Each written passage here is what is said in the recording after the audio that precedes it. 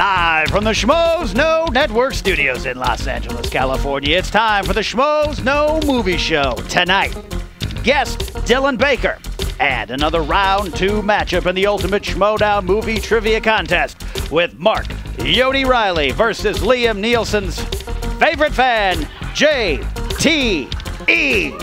Now, here's your host, Mark Ellis, Red Fury Alicia Malone, and the best pound-for-pound fist fighter in the world from Boston, Roxy Striar. Hello, Schmoeville. Welcome, one and all, to the Schmoes No Movie program. And my God, what an intro. Kenny Knapsack, ladies and gentlemen. Always good. So excited to be here. Thanks for joining us here on this lovely Southern California night. It is 6 o'clock PST, and you know that means it's Schmo time. With me, as always, is actually not my esteemed co-pilot, Christian Harloff. No. My brother-in-arms, my comrade in movies, is out this week. He is in a different location. He's not in the studio. He's not here. That's what we know for sure. We're going to get into that a little bit later on in the show. We have a fantastic program for you guys tonight. We're going to get to Ken's news. We have an interview, like Ken said, with Dylan Baker, who's been everything from Spider-Man to Trick or Treat and in between. Revolutionary Road he was in, and he directed a new movie called Blast 23. We cannot wait to talk about. And then that he's in as well. He was in it. He directed it. Produced it. Both sides of the camera, and then sitting in an office somewhere producing it. We have round 3, Kenny, of the Ultimate Schmoedown is going to be Reilly versus JTE, who defeated me in round 2. Is it round 3? It is now round 3, yeah. You were so good on the boxing terminology when you were introducing Roxy Striar. You missed it. Duke's up. What you going to do? We also got upcoming movies this weekend, which we have a boatload of movies coming out this weekend. Which one should you see? Which should you not see? Whiplash. Which movies do you want to be remade, and which ones are too holy that you should never, ever touch again? And who is your favorite vampire of all time? Is it Dracula Untold? Tell us. That's probably not going to be your answer. So, Christian's not here, but as Ken said, I am joined, as I usually am, by the one, the only, the lovely Miss Alicia Malone. How are you, sweetie? I think I should be your favorite vampire. You. I look like a vampire. We did the Dracula Untold review last night. We saw the movie. We slogged through the movie.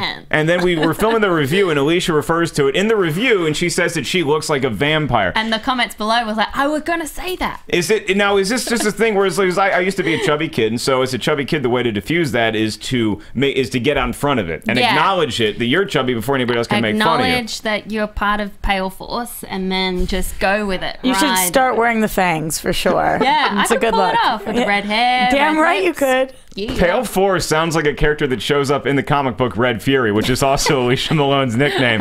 In the other corner is Roxy Striar, Boston's own. Roxy does so many great things here at the AfterBuzz Studios. Yeah, and now she's joining our show. How are you, milady? I'm good. I'm really happy to be back. Schmoeville is amazing, and you guys were so incredible to me, so I'm just really happy to be here. And this is what this is your second time hosting the show? It is.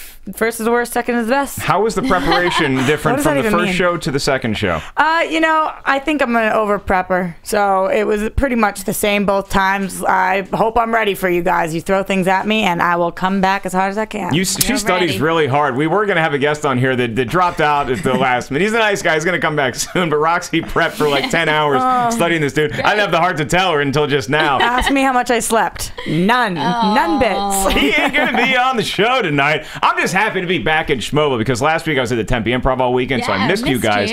You guys came up with one of the greatest games in Schmoeville history, in my opinion, spearheaded by not only our own Christian Harloff, but also Ken Knapsack and JTE, where we had Schmoeville reference whatever movie quote they wanted to, except it was the inaccurate movie quote game. For JTE, and it just took over the Schmoeville page on Facebook, so much so that they have to dedicate one day to the memes because they were like, you can't have these every single day. It's just too much. But they were so funny. They make the best memes there. Oh my God. We had a guy like that when I went to college. He loved Top Gun, but he could never quote Top Gun right. So like he'd be walking somewhere and he'd be like, I feel the need to go faster. And it's like, dude, that ain't it, man. And lucky JTE is such a good sport and he doesn't mind all these I'm mad as hell and I'm not going to take this anymore. Maybe he's not a good sport about it. Maybe he's ready to take us down. He's mad as heck and he refuses to take this stuff Hey, I'm anymore. wearing the t-shirt for you, JTE. There you go, Rocky and Apollo. And by the way, our last half hour tonight is going to be the Ultimate Schmoedown, JTE versus Mark Reilly. This is a matchup of two heavyweights. I can't wait to see who's going to win that. I can't wait to get to the news. Before we get to the news, we want to remind you, Schmoevel, make sure you guys tweet in. Stay active on the show tonight. We want you guys to tweet and use the hashtag SchmoesKnow to comment anything and all things movies. We're also going to be giving away a free Ripped Apparel shirt. We're going to tell you how you win that a little bit later on in the show. And then we have the Blu-ray for the new film Earth to Echo, which is coming out in a couple weeks on Blu-ray. You can win that if you happen to pick the right winner in the Ultimate Schmoedown. Mark Reilly's eyes just lit up. Not yet, Reilly. Relax. You got an hour and a half. Can I go now? Can I win now? Just relax, buddy. Just relax. Team JTE all day, every day. As we do here, one of our all-time favorite segments on the Schmoedown Movie Show is none other than we let the pit boss go crazy with his joke writing skills, and maybe he'll deliver some movie news in the process. Without further ado, it's time for the news with Ken, the pit boss knapsack.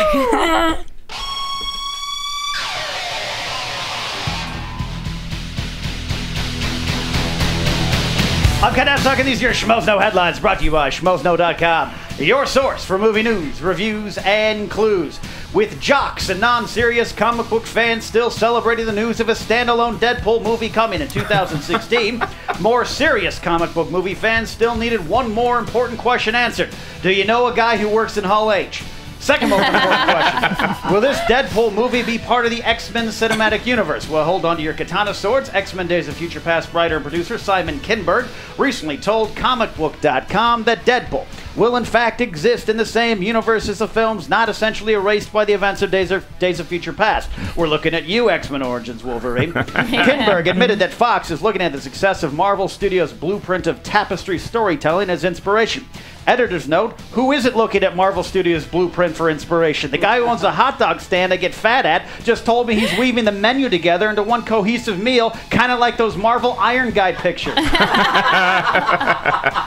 The Deadpool standalone film is set for an early 2016 release. Still no official word yet on whether Ryan Reynolds will be allowed to break the fourth wall as Deadpool, but he sure is a cutie. Women in Hollywood don't need hashtags to help the cause of equality. They just need Paul Feig, the director of the very successful and very female-led movies Bridesmaid and The Heat, has long been rumored to either be rebooting or continuing the Ghostbusters franchise. But now, thanks to a tweet from Feig himself and a story from The Hollywood Reporter, we can confirm that the director is on board to reboot the franchise with female leads in mind. And Katie Dippold, screenwriter of The Heat, and according to medical records, an actual woman, is on board to pen the script. And yet, dear studio execs, somehow the Earth did not spontaneously combust. But my subscription copy of Maxim magazine did mysteriously catch on fire.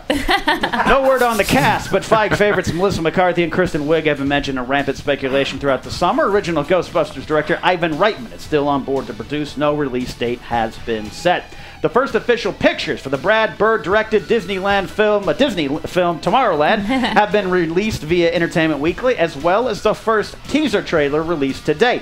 Since its inception, the film, which stars George Clooney, Hugh Laurie, and Britt Robertson, has been shrouded in delicious mystery. Now, along with the pictures and trailer, screenwriter Damon Lindelof has revealed some plot details, explaining that Britt Robertson's character gets visions of a future city, let's call it a Tomorrowland, and she seeks out George Clooney's character, who is a failed inventor turned hermit, but instead of building a time machine that needs to hit 88 miles per hour, he seems to know a bit too much about this sciencey place at another time. Let's call it a Tomorrowland. The writer also said, what Hogwarts is to magic, Tomorrowland is to science. Ooh. So there's going to be another Harry Potter. Yeah. No? Okay, I read that wrong.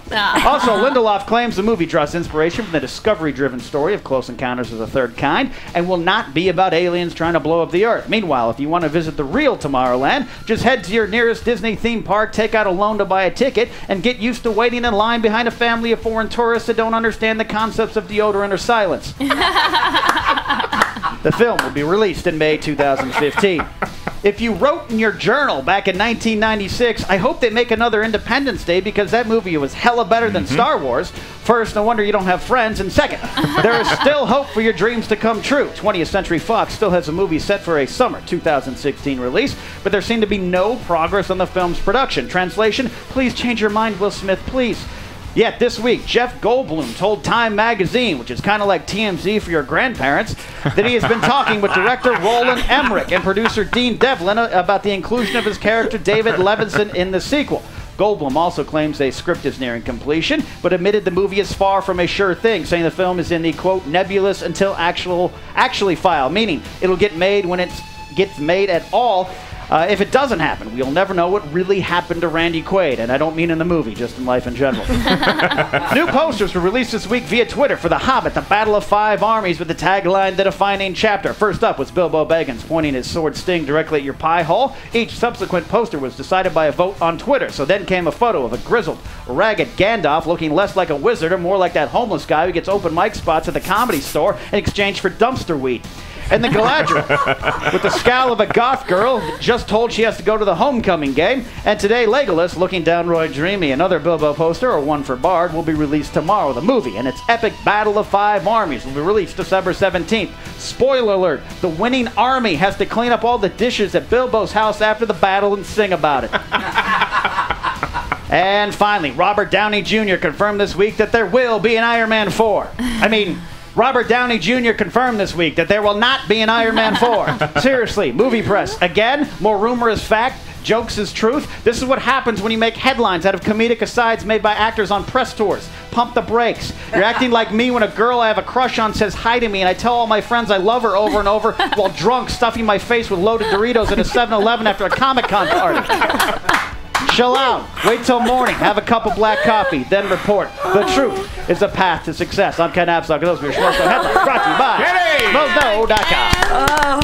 So Kenny funny. Knapsack deserves more mic time than what he got. Alone for the quote that Time Magazine is TMZ for your grandparents. I like the insight to his life, what he does with the girl. Mm-hmm. Yeah, that's an actual story. Ending strong. Right? Yeah. A lot of Kenny's jokes are actually ripped from his own life, except for, of course, writing about ID4 better than Star Wars in your diary. We all know which side of the fence Kenny falls on that. Kenny, I want to talk to you because recently I did the Tough Mudder. We'll get to the news in a minute, right? And by the way, speaking of the news, we want you guys to comment on the news stories. Make sure when you tweet us, hashtag Schmoes and call us if you want to chat some news stories. We'll be taking some phone calls in about 10 to 15 minutes. 424-253-0504. And yeah, so what I was saying is that Cops and I, we go up to Seattle, right? And we're doing the Tough Mudder. And did I finish it? Yeah. Am I a hero? Kind of. There's people there that are like professional athletes doing this thing, and they're just, it's a different cut of species, you know? It's a different cut of man, really. Crazy people. It's impressive. They're bigger, they're stronger, they're faster, and they look like what I thought I was going to look like when I grow up. They're real men, and so I made a commitment to myself, Ken, and I'm going to need you to help me out with this. I'm going to start taking multivitamins. I'm going to start taking care of my body better. I'm going to, in essence, maybe I might even buy a collared shirt one of these days. What? I'm going to try to become a man, and one of the best ways to do this, according to our own pit boss, is Dollar Shave Club. Why is that? Well, you know, Dollar Shave Club is it's difficult to go to the store and buy razors, right? I hear. You go there, you have to go find someone to open up a package or open up the back sliding window. They're always in the glass case, and it's always the dude who's like trying to text an emoji to his girlfriend at the time. Yeah, he's in the back texting his girlfriend, and then it costs like $25 when you get there, right? So I'm never doing that again. Never doing that again. I joined DollarShaveClub.com. You joined DollarShaveClub.com, and so for a few bucks a month, right? DollarShaveClub.com, it delivers great razors right to your door. DollarShaveClub.com is so much smarter than going to the store because their plans start at what? It's like $3 a month. So you sign up once, takes a couple minutes, then you sit back, and they just ship the blades to you. They arrive like clockwork. You can shave with a fresh blade every week. There's no membership fee, no commitment, which we know I like, and they have the money-back guarantee. And yeah, that's all you have to do. You can't lose by trying them out. Stop trudging to the store for overpriced razors. Do what I did. Join DollarShaveClub.com/schmoes. That's DollarShaveClub.com/schmoes. Man advice from Ken Knapsack. I will be getting on the Dollar Shave Club website and using the Schmoes/. Now, let's get into these news stories because I don't know what you girls are most excited about, and I don't want to pigeonhole anybody, and I don't want to say that maybe I'm stereotyping a little bit because I have two lovely women on the panel. But Alicia, I know that you're very outspoken about issues such as women in film and being more prominent. Roxy, not sure what her opinions are yet. I'm with you. She's from Boston. Her family now lives in Jersey. I don't know who she likes better, Springsteen or Aerosmith. We got to have a long conversation about this. But let's talk about this Ghostbusters 3 thing. I mean, there's been rumors swirling forever that maybe they have a script, and then Aykroyd came out recently and said that he sees this as a whole universe where there's going to be TV shows and movies and all sorts of spin-offs. And now we get this very specific news that Paul Feig, who's a great director as far as comedy goes, he did The Heat, and he's directed Melissa McCarthy very, very well. Now he's going to be doing Ghostbusters 3. There's a script, and he wants to reboot it with an all-female cast. What are we thinking about this? Start with you, Alicia. Well, you know, I hate reboots and remakes. I hate them. I don't agree with them, but I know this is Hollywood these days, and they're going to use the Ghostbusters name to get people into the cinema. But if they are going to do it, I think it's smart to go on a completely different angle and start fresh. And by using female cast, it does give it a different slant straight from the start. And Paul Feig is always so good at directing really funny women. I love his movies. And I like it's going to be an origin story, but he said he didn't want to do any damage to the previous origin story or have people compare them. So it makes sense. Yeah, I mean, can you imagine if it was like Jack Black, Vince Vaughn, and Owen Wilson? It's like the and same I've always said right from the start, I'm on record as saying that I like the idea of them having an all-female cast be the Ghostbusters. It's the reboot part of it. In the cast, it's not going to be, and they're not replacing the roles. Slimer is still going to have a penis, everybody. Don't worry. There's going to be some I saw some comments today that was like, oh, but it can't have all women because it's 2014. That doesn't make sense. It's like, okay, I'm really excited about this. Honestly, I think that it's an awesome idea. I love Ghostbusters. I happen to like remakes. I think this is a really great way. I'm surprised how much slack that Katie's getting about writing it, though, because people are saying she's not that experienced. And to me, she's very experienced and she's very funny. So I don't really know what the controversy around that's all about. I've never been one of those guys that's like, oh, no, you have to have experience to write something that I've heard of before. I like giving new people chances. More often than not, they knock it out of the park. Sometimes we read things and, you know, oh, this guy started this. But there's a lot of times when somebody makes a YouTube video, they make a 10-minute reel, and all of a sudden they get this big movie. And they do pretty well with it. And that's what starts careers, right, you know? Exactly. So I'm all for that. What my situation with this is I'm struggling with whether I want it to be a reboot or not. When I was originally thinking about this story and having an all-women cast play the Ghostbusters, I was thinking that maybe Melissa McCarthy is Dan Aykroyd's daughter or something like that, or there's some sort of lineage to the original. And if you're talking about a reboot, that means that they don't acknowledge the 1984, 1989 films at all. And that bugs me a little bit because those movies, I don't think people are going to forget about them, but I don't understand why we can't tie them together. Well, Paul Feig says it's because, you know, how do you create a new story when the city's already gone through this ghost stuff already? But I just find it so crazy when people saying it's a gimmick. And I hate when people say that about female casting or all African American or all Asian casting, whatever. It shouldn't be a gimmick. It's not a gimmick. And of course, if it's terrible, I'm still going to say it's terrible, regardless of whether it's all female. You should have seen Alicia. If you haven't watched our Dracula Untold review yet, if you want to see Alicia go after somebody, check out that review on the Schmoedown main channel on YouTube. She does not hold back. No, I don't. I think as long as they give a couple nods to the originals, then it will be okay. You know, we don't need to live in the exact same world in order for them to acknowledge know they're coming decades later. You know, they just need to represent the old movies well, and then I think we'll be fine. Yeah, and listen, like I said before, I'm on the fence about this. Usually I'm pretty opinionated when it comes to film, but this one, we were talking about it this morning on Heidi and Frank on 95.5, and they just asked me, do you like this idea? And initially I'm thinking no, because I want Bill Murray to still have existed. I want the Stay Puft Marshmallow because you're to still have sexist. existed. Is that what he's saying? Because I like seeing dudes in movies, and a woman's job is in the kitchen cooking me more popcorn to watch my movies. So let's move on. I'm taking that soundbite for sure. But they said it's going to be scary, which I like. There's probably 10 people that just tuned into the show. Oh, yeah. And they didn't know that we and were the having tweets are coming in. a bit of fun. Let's go over to finally a movie with a dude in it, Deadpool. Finally. Deadpool is going to be in the X-Men cinematic universe, which obviously I think is a great play, right? Because anytime you're in Marvel, you want to have as many threads, and you want to be in that Marvel web, so to speak. And speaking of that, we might talk to Reilly about that a little bit later. Yeah. Deadpool, are we excited? Yeah, definitely excited. Obviously, we love to see these characters interact. Do I want to see Deadpool with Wolverine? Yes, I do. So this is great news. There's nothing negative about this. Anybody who says otherwise is not a fan. Yeah, but she likes remakes a lot. So Alicia, you're not a fan of remakes. What do you think? Well, I like how Days of Future Past wiped out X-Men Origins Wolverine. So we don't have to worry about that. And I like that Deadpool is going to be part of the universe again. And Simon Kinberg said an important part of the X-Men universe. I'm so excited about this, and I think that people are slowly going to realize that the more you have these huge crossover films, the more you're also going to need to have some sort of independence in the movies. Like, even I was upset initially when I saw Captain America: The Winter Soldier, and I was like, where's you reference Iron Man, and he's not showing up. There's no Hulk. I'm starting to warm up to the idea that sometimes you do need your independence, but it is nice to at least have nods that there are other people doing this sort of superhero, supervillain Yeah, if stuff. they're going to live in the same world, I like to see It's about them the interact. acknowledgement, always. I like that. I let the cat out of the bag. Let's go ahead and do this, Reilly. I want to bring in editor-in-chief of Schmoedown.com, Mark Reilly, one of our competitors later on tonight in the Ultimate Schmoedown against my nemesis, JTE. What is this story? Right before we went live today, Roxy brought up this Spider-Man news that they might be trying to reboot Spider-Man again. It's very rumored right now. Yeah. What's the latest, Reilly? Well, the latest is this rumor seems to pop up every 6 months that Marvel is going to get Spider-Man back. So that was one of the stories that came out. It kind of died down before Amazing Spider-Man 2 came out. And then I think with Amazing Spider-Man 2 coming and the fans hating it, I think Sony's looking to really do something and maybe work with Marvel. But then the news comes out that Sinister Six movie is going to be a soft reboot of Spider-Man.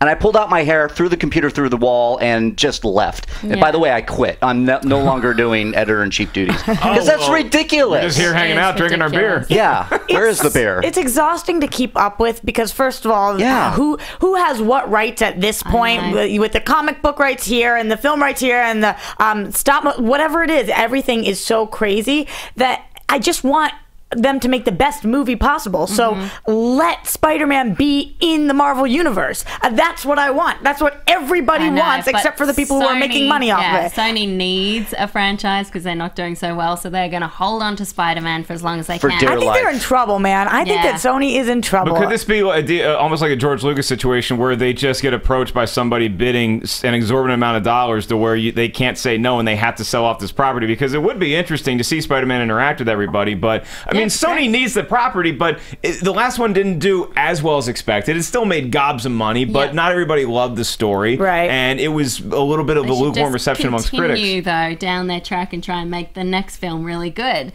Because I think the everyday people in our world, we know about the film rights and the comic book rights and everything, but for everyday people, they don't understand this. It's just like another Spider-Man. It's fatigue after a while. It's a little ridiculous. Yeah. It makes a lot of sense that people are tired of it. Well, let's talk about a franchise that's definitely not ridiculous and that people aren't tired of hearing about. Good segue. Independence Day 2.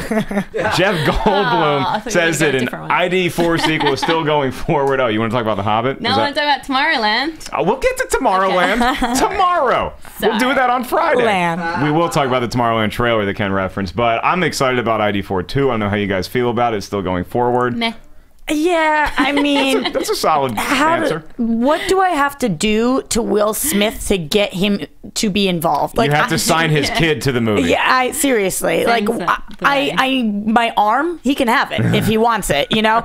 This is going to be the downfall of the movie for me if we can't get him on. I am excited for it, but man, I need him on it. Yeah, I liked Independence Day, and obviously it made something like $817 million worldwide. Oh, so nothing, pocket change, you know? Nothing. It's a very, very lucrative, but I just don't need to see another one. But I know, this is Hollywood these days. And this thing's been rumored for, 20 years since the first one came out, and then you have a franchise, going back to the Marvel Universe for a second, that's Iron Man, where you know that this guy's showing up in Avengers 2. Yeah. And then Downey this week, I got home early from shows, I was going to say from work, and it's like, I don't really have a job. And I was watching Letterman, and Downey kept saying, and him and Dave Letterman kept joking about how he's not going to be in Iron Man 4. And then I'm like, I got to get on Schmoedown.com about this. And so it does seem like he's wavering. Do you guys like the fact that he's clearly teasing us about something? Or is a fan in you like, come on, dude, stop yanking my crank here? I think he's playing it very well. Yeah, me too. I love like that being made fun of and having people pick at me. So really, I like being played with, and he's doing a pretty good job. You like having Robert Downey Jr. play with you, and you're willing to give Will Smith your arm. I think he's playing Marvel. They're going to have to shell out a lot of money if they want him back for a fourth one. So You I think he's playing Marvel? Yeah, I think so. You think that they don't have a deal in place yet, and you don't think that maybe he announced something he shouldn't have on Ellen, and then in between shows he got a phone call like, don't reveal that just yet, because people went crazy with the news straight away. I mean, but going back to what Ken said, it's crazy that people are reporting on this so fast. It's yes, no. Like, just chill for a second. I know. Let's figure out the actual story. But I don't mind it because I kind of like the game. I love going back and forth. But for people who actually just want the truth and nothing but the truth, this is, again, probably annoying for them. But that ship has sailed a long time. I mean, with No, social change media, the line. You way can't it handle is now. You can't handle the facts.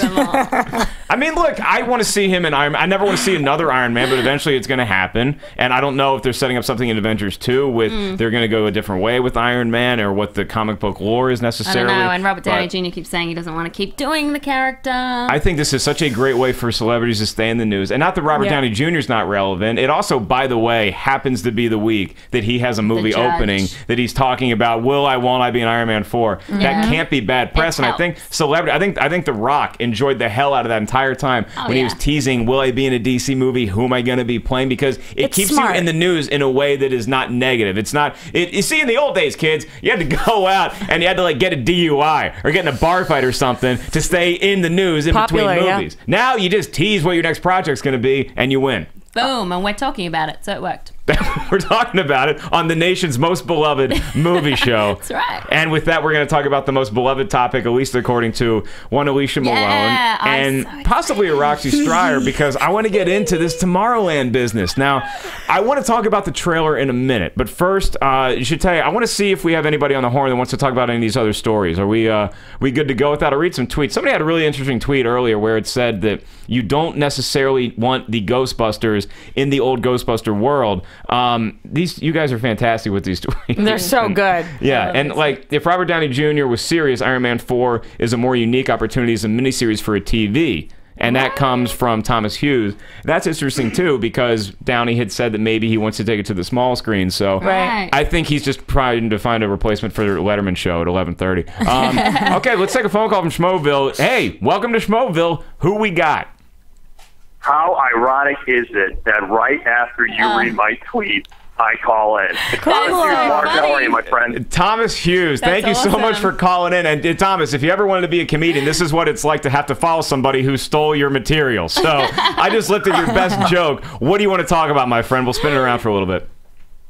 Yeah, it's funny you bring that. It's funny you bring up the tweet. I was thinking two things. First of all, is that I think that a bigger opportunity would be for Iron Man if Robert Downey Jr. was serious about doing Iron Man 4, is that I think a better opportunity would come as a miniseries, because if you think about it, like, you think of like the TV miniseries and where it's going, where things are going, like shows such as Grace Point, for example, like make it an event, like, and if ABC were to do like a summer series, for example. I see what you're saying. Increments. I think that'd be a game changer. Yeah, I can. And thanks for the call, Thomas. That's a great point to jump off of, because not only when you're talking about just network TV, but you're talking about Netflix or all these other avenues to get entertainment out, that it could be a great way for Downey to gracefully step out of the Iron Man suit and introduce somebody else in a smaller, not as cinematic way, where it's like this huge movie where somebody has to take over. Right. You can just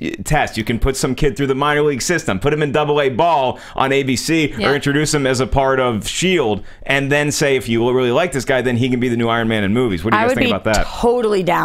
I would be totally down with that. I'm a huge TV person, though. I watch so much television. It's disgusting. But we've seen this dude on the big screen. I know, and he makes a lot of money. But a lot of actors are doing that these days. A lot of actors are, they're moving from one to the other because television's never been better. Yeah, I think if it was a little cameo in S.H.I.E.L.D. maybe, but I want to see Iron Man big screen. A great tweet. Here's the tweet I was thinking of. It's from @VanSensei. He asked, do you think that Harold Ramis would be a part of the Ghostbusters remake were he still alive? And that's a very interesting point, is that...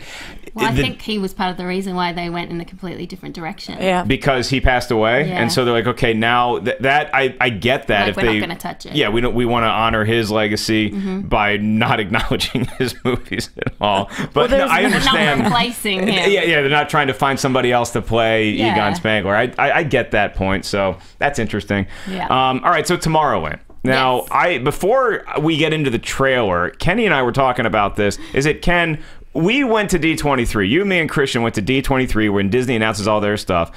For lack of a better term, it's their little Comic-Con, right? Yeah, it is. And we're sitting in this arena, and all we want is Star Wars news. That's all we wanted, was maybe give us Star Wars news. That was the infamous first time that Ken ran into Disney's Bears. And then they had this Tomorrowland panel where they had Damon Lindelof and somebody else from the movie come out for this big Tomorrowland announcement, and the whole presentation was really kind of a dud. Really? And it felt like your parents trying to introduce you to Santa Claus when you already know Santa Claus, if you're under 10 years old, earmuffs, isn't real. And it's like, no, that's Santa Claus, all right. It just felt kind of awkward to me. Ken, you remember that day? Yeah, it was like a bad history class. Like, and I love history, but it was like you kind of go through. They were trying this false sense of, a wonder and amazement of, is Walt Disney really a guy with a key to another world? We don't know. We found this box, and they couldn't release any of the plot. They wanted to keep it as mysterious as possible. Yeah. So they just had this box that they claimed they found in the basement of Disneyland somewhere, that had these items pertaining to this mysterious place. Mystery box is very J.J. Abrams. Right. I'm really surprised by that, though. I would think they would do something that would wow you a little bit, because it is so mysterious and there's so much hush-hush around the whole thing. That's the You could do thing. something cool, but to open this box and show you artifacts, it's not even Gwyneth it's a Paltrow's strange head. choice. For the first 5 minutes, we were really excited. We're like, what's going to happen? in Is the box? Clooney going to come out? Are they going to bring out frozen Walt Disney and unfreeze him right in front of our eyes? And then once we knew what it was devolving into, we're like, oh, this is just going to be, They had isn't. maps, they had postcards, they had things. Yeah. And it just That's the we're just thing. going, where's the lightsabers? You got lightsabers in that box? Then shut Take the off box. the mouse ears, put on the Jedi robe. That's the thing. It's been so much mystery around this film that I heard Brad Bird and I was like, okay, I'm in, because I love Brad Bird, but I wasn't so sure on it until I started hearing more about it, and the Close Encounters of the Third Kind reference made me so excited, because that's my favorite sci-fi film, because it has that sense of wonder and that feeling of discovery about it, and that's what they're trying to bring to this. And then when I saw the trailer, I was really excited. I am so Made me excited. like a kid watching a Disney film again. So you know? I felt the same exact way. The way that if you haven't seen the trailer yet, you got to check it out. And I believe, Reilly, you posted it today on schmoedown.com, so you can go to our website and check out the Tomorrowland trailer. It's this juvie gal. She looks like she's, she gets in some fights at school. Sometimes she's probably like a young Roxy Striar. She's getting out of juvie and she's getting her stuff bag. She grabs her gum and whatever else girls put in their pockets these days, condoms and whatever, mace and all that other These stuff. girls these days.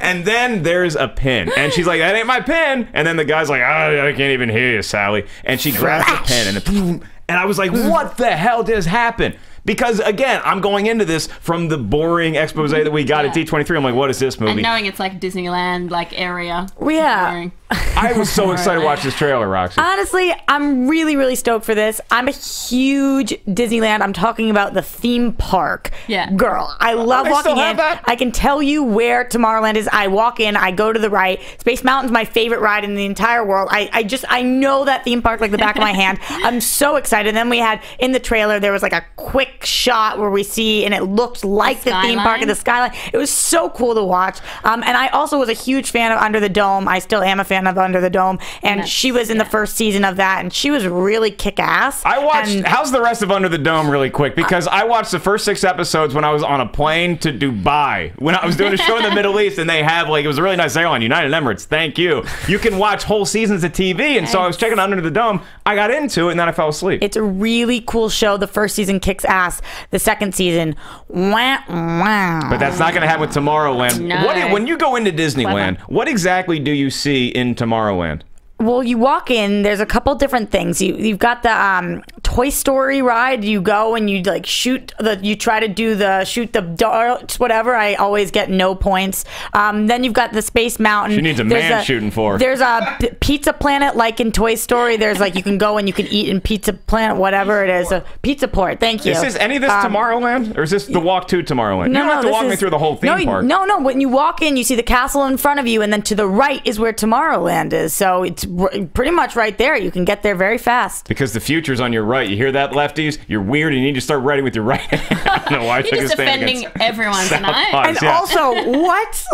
JTE is in the engineering booth, and Brando, our celebrated intern, and Cody, our celebrated... Is Cody an associate producer now? I'm not sure what Cody is. Up 'em. Have any of you guys... You guys are all like 14 years old. Have any of you guys been to Tomorrowland in Disneyland?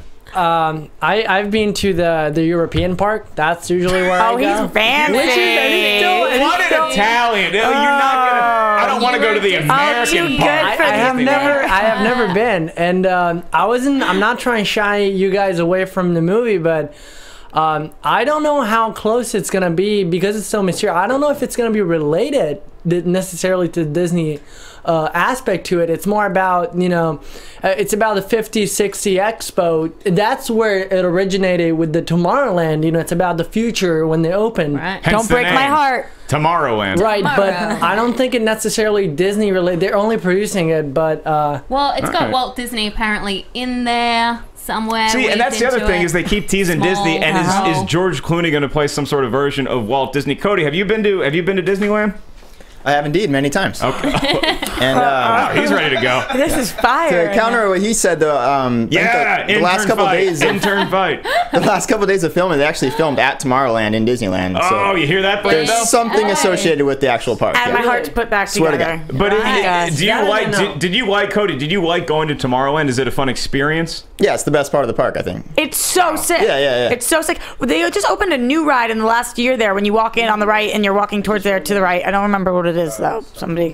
It's the Star Wars one? only Is that what Yeah, it is? yeah, they redid the Star Wars ride. Yeah, okay. I got to go back to Disneyland. I mean, Yeah. I haven't been to Disneyland since I'm a kid because I think it's creepy for a man to go to Disneyland by himself. I mean, when you girls wants to go, we can work something out. But 100% anytime. Ken, how often do you go to Disneyland? You're a big Star Wars honk. How often do you go to Disneyland? For being such a grouch, Disneyland's one of my favorite places on earth, and It's Star heck yeah. Tours. Star is Tours. the right. It's Thank you. Redone. Thank you. Buzz Lightyear, I'm very good at. So if you need, I'm so bad. okay, maybe you and me take a little. I have never heard a more awkward first date experience than what's about to happen between Ken and Roxy. Don't point at me. No, I you was point gonna- right at I that was young gonna take lady. you.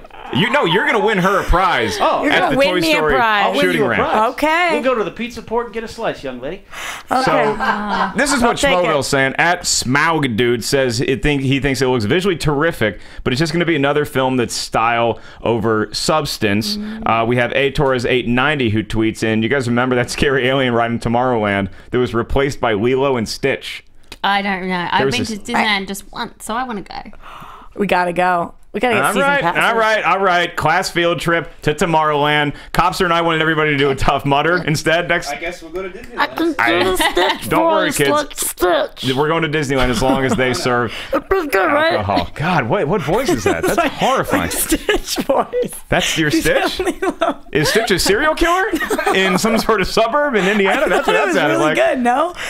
It was no? really accurate at something. Wow, okay. So that was a trailer for Tomorrowland. man. Again, you guys call in 424-253-0504. Something that I have to bring up is that Christian Harloff, who's not here to defend himself. First of all, I had a conversation with He's at Christian. Disneyland, yeah? He is not at Disneyland, but that's what I want everybody to tweet in. Schmoedown, I want you guys to get involved in this. This is the game we're playing tonight. Where in the world do you think Christian Harloff is right now? Because there's been no mention. Everybody knows I'm a whore for my other stand-up comedy career. I'll tell you where I'm going to be weeks in advance, by the way, next weekend, La Jolla Comedy Store, San Diego, Friday and Saturday. Hey.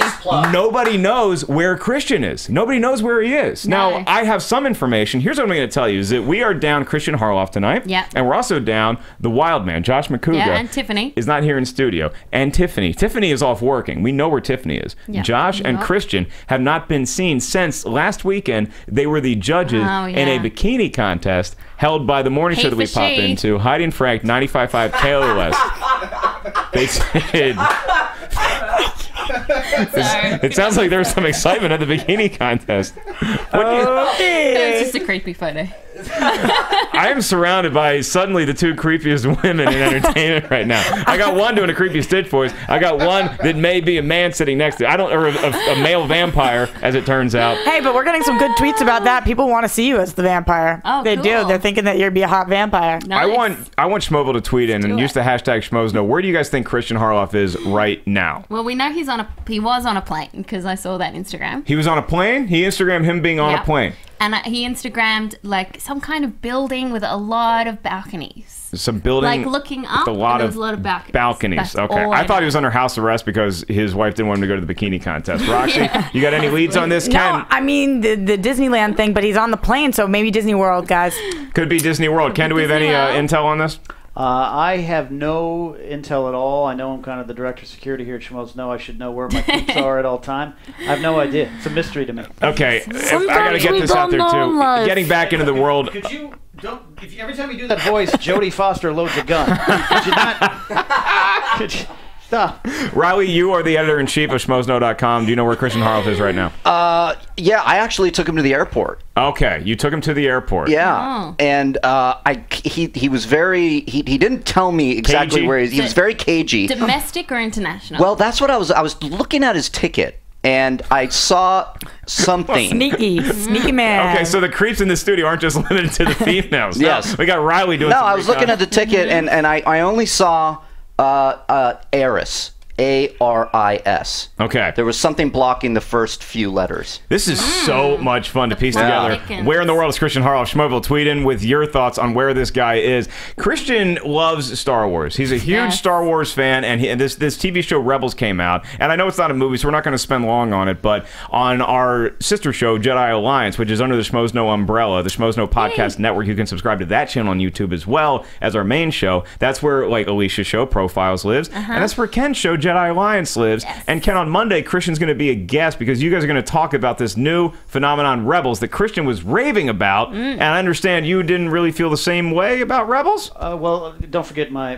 Chewie to my Han, Maude Garrett. Also, that's her show as well. She's the Chewie to your Han. Okay. We covered Rebels this past week more in depth, but we're going to cover the new book that just came out, A New Dawn.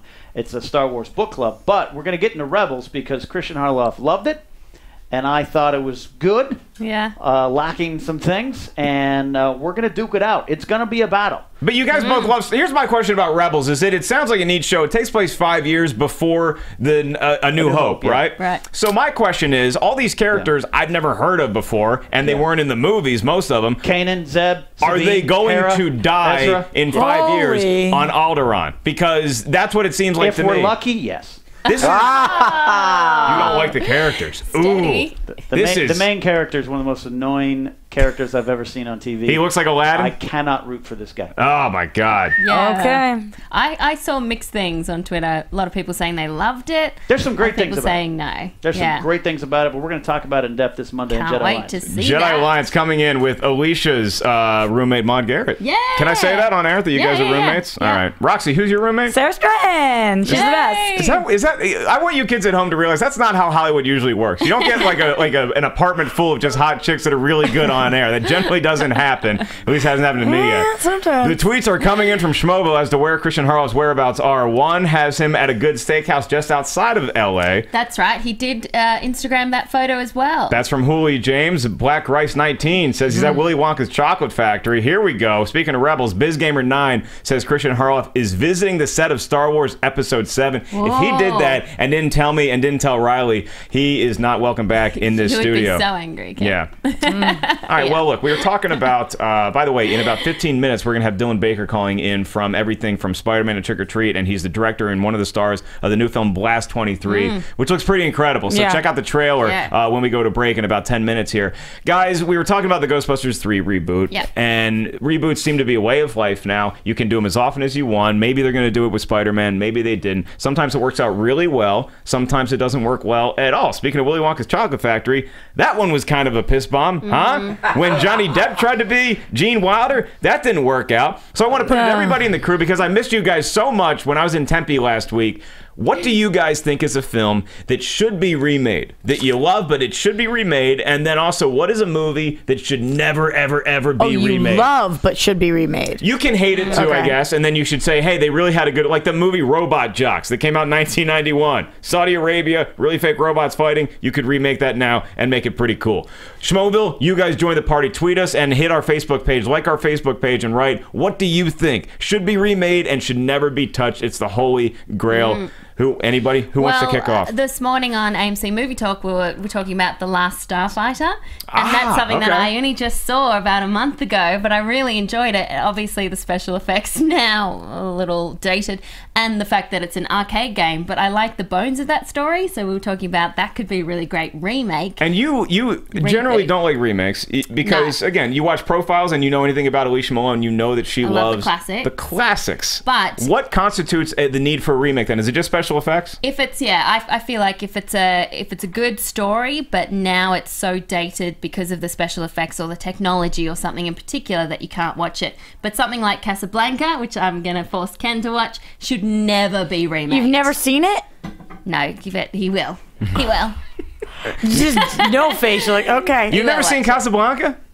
Yeah, that's no. That's what movie is that one? They own a taco stand. Dude, you are modern day Humphrey Bogart. I mean, maybe the looks department, you're a close cousin, but you act like Bogey. That's how you carry yourself. Ken's a vampire. He's our favorite vampire, and he was clearly in Casablanca. So that's what's going on here. You could run against Citizen Kane and get votes. I usually do leave most women at the airport. But, so you know all this stuff. You just have to watch the film. Yeah, I have to put it all together. And we will watch it. Oh my God, these tweets are fantastic. I'm going to tell you what we're going to do. Hey, okay, here's what we're doing, team. Tonight is that the winner of the Ripped Apparel shirt is going to be whoever has the best tweet about Christian Harloff's whereabouts. I got one. Wherever you think Christian is, if you have the best tweet of the night that's going to be selected by Mark Reilly, our editor-in-chief, you win the Ripped Apparel t-shirt. Roxy, where do you think he is? So, at Miss Movies says, obviously, he's with Carmen Sandiego. Why do I always have all the answers? Where in the world is Carmen Sandiego? Well, with Christian Harloff. I like that. I just love the idea that Christian's phone is blowing up right now wherever he is, and he's like, what the hell are they doing? they can't.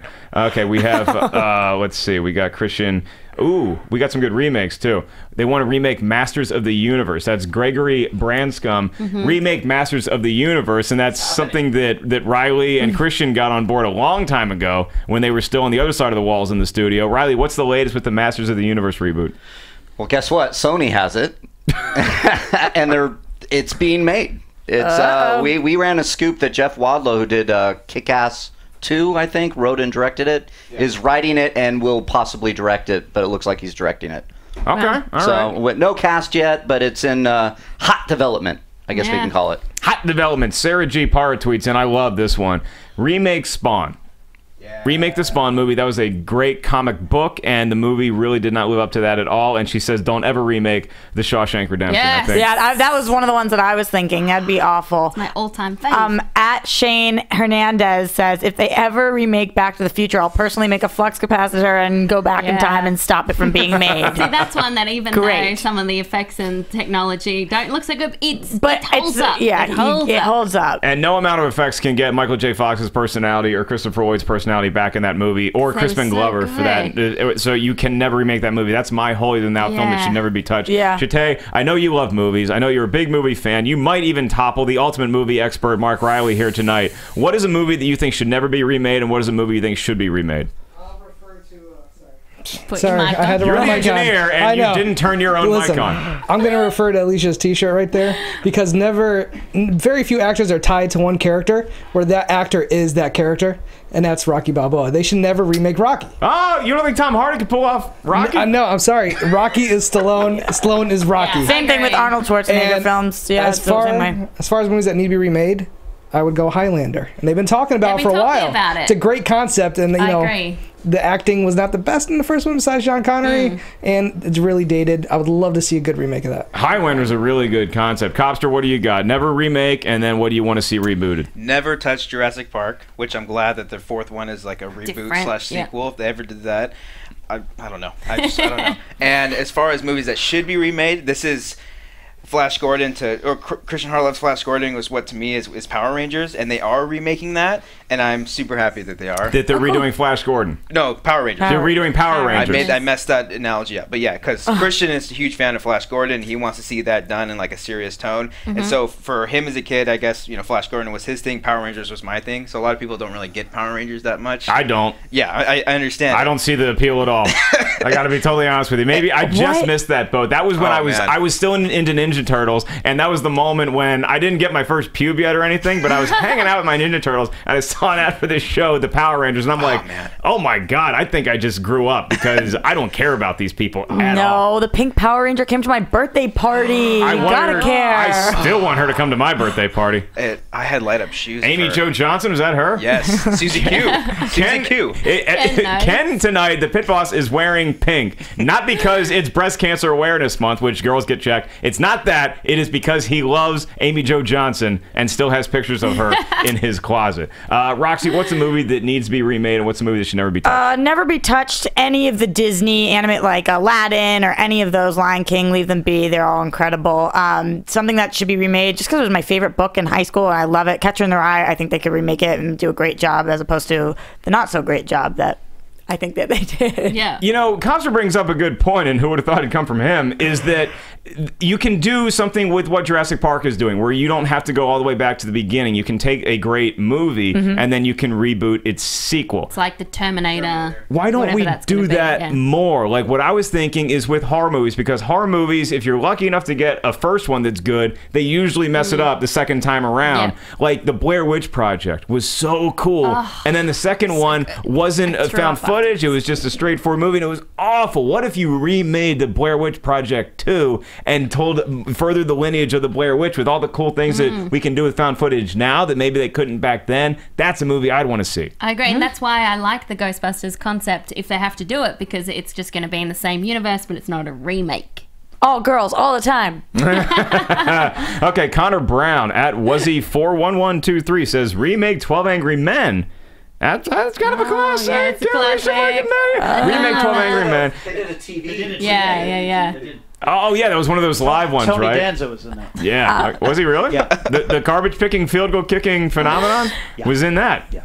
I have to agree with this one. At El Macha says, never remake The Breakfast Club. Yes. That movie is my baby. You don't think you could remake The Breakfast Club? I would cry and cry. That movie is so perfect. Let me float an idea by you that would just be really funny to me, and maybe me alone, is that you remake The Breakfast Club and you have a new cast of hot young teenage stars, and then the people in positions of authority can be some of the ones from the... Like, who wouldn't want to see Judd Nelson as the principal? We know his life didn't turn out good after that day was ended. Not a remake. No, and you can't do it without John Hughes. Yeah. I'm sorry. That's a very good point. That's probably why a lot of comedies in general aren't as good as they used to be, is because we don't have John Hughes with us anymore. Profiles with John Hughes. Mark it on your calendars, kids. Good plug. Coming out. Profiles is amazing. I watch all you guys' shows. You guys do such an incredible job. Malone sneaking that plug in right under my nose. Ellis swinging a miss. Ellis. I got one. Thank you, JT. Did you hear? Robbie's like that kid. I know. He's like, teacher, are you gonna ask? I got one. Are you gonna ask if we did our homework yet? Call on me. Only because I know your love is shared with my love for this movie, Jaws. Yeah. Never remake Jaws. Never. Nope. Did you hear Kevin Smith's idea for a reboot of Jaws, a remake of Jaws? Is he going to play the shark? He probably just have could. a big hockey jersey with a fin sticking out of it? I mean, and he was serious. He tweeted about this. He was on his Smodcast or whatever, and he said we need to bring in like all the tragedies of the hurricanes and the flooding. And Amity is flooded by a hurricane, and Jaws is going around and can get into the houses. Shut up, Kevin Smith. Sounds like Sharknado. That is. I was just gonna say that. Thank you. Yeah. It sounded like Sharknado. It's really hard to make a good has a sequel coming to it. monster movie in the era that we live in because of things like Sharknado, where everything's so over the top of Piranha 3 Double D. I'd like to see somebody do something watery again that feels real and natural, like the first Jaws did. But I mean, even that, if you consider that a horror movie, you look at how bad the sequels went. Yeah. I think like The Exorcist is something you can never touch because people have tried to do possession movies and it just does not work the same way it used to. So please do not try to make that movie over again. By the way, we have a really good tweet from somebody. Reilly, this is the front runner for winning the Ripped Apparel shirt. Okay. As to where in the world is Christian Harloff, Jonathan Flores at Nathan Living tweets, I hope Christian didn't time travel back to 2006. that is up there, because if you know anything about 2006 Harloff, you knew he would not be at the studio right now on a Thursday night. He'd get into something else. So let's have the interns really quick. Brando, what do you want something remade and something never to be touched? One of my absolute guilty pleasures from the 90s is Last Action Hero. And I think it has come to time to remake that. Copster brought up a great point. I think that's 2 for 2, Costa. Jurassic Park should never be remade, because my youngest brother is just turned 15 for his birthday. I took him to see Jurassic Park for the first time. Okay. In IMAX 3D in London. He could not believe it Europe was plug made, again. All right. Over 20 years ago. In the future, so. I was just looking for the name of the movie, but thank you for the embellishment. Cody, what do you got? Really quick, Cody, what do you got? I don't want them to ever reboot Indiana Jones. I'm sorry. Yeah. Yes. And then that should be rebooted. Hear me out. Super Mario Brothers. Yeah. No? Anybody? Yes, Anybody? Yeah. There's some good source material there. Get to the castle. Mario. Totally into that. Now, if you guys hate remakes, just remember that there are some things that are really good remakes, like the Cape Fear remake, the Birdcage, the Thing in 1982, not the new one, Ocean's 11, Scarface, and Dracula. Bram Stoker's Dracula, not Dracula. The Fly. I'm told that one wasn't quite as good. The Fly was a really good remake. Here's what I want to see remade. The Blair Witch I mentioned, Congo, I think would be a cool remake. You could do that better. And the Dark Crystal, but you got to keep some Muppets in there, right? Yeah, absolutely. All right, kids, we are halfway home here on the Schmoedown Movie Show. When we come back, we're going to have our very special guest calling in from the new film Blast 23. Dylan Baker is going to be on the horn. We're going to get an interview with Dylan, an exclusive scoop on his new movie. Make sure you stay tuned to the Schmoedown Movie Show, schmoedown.com.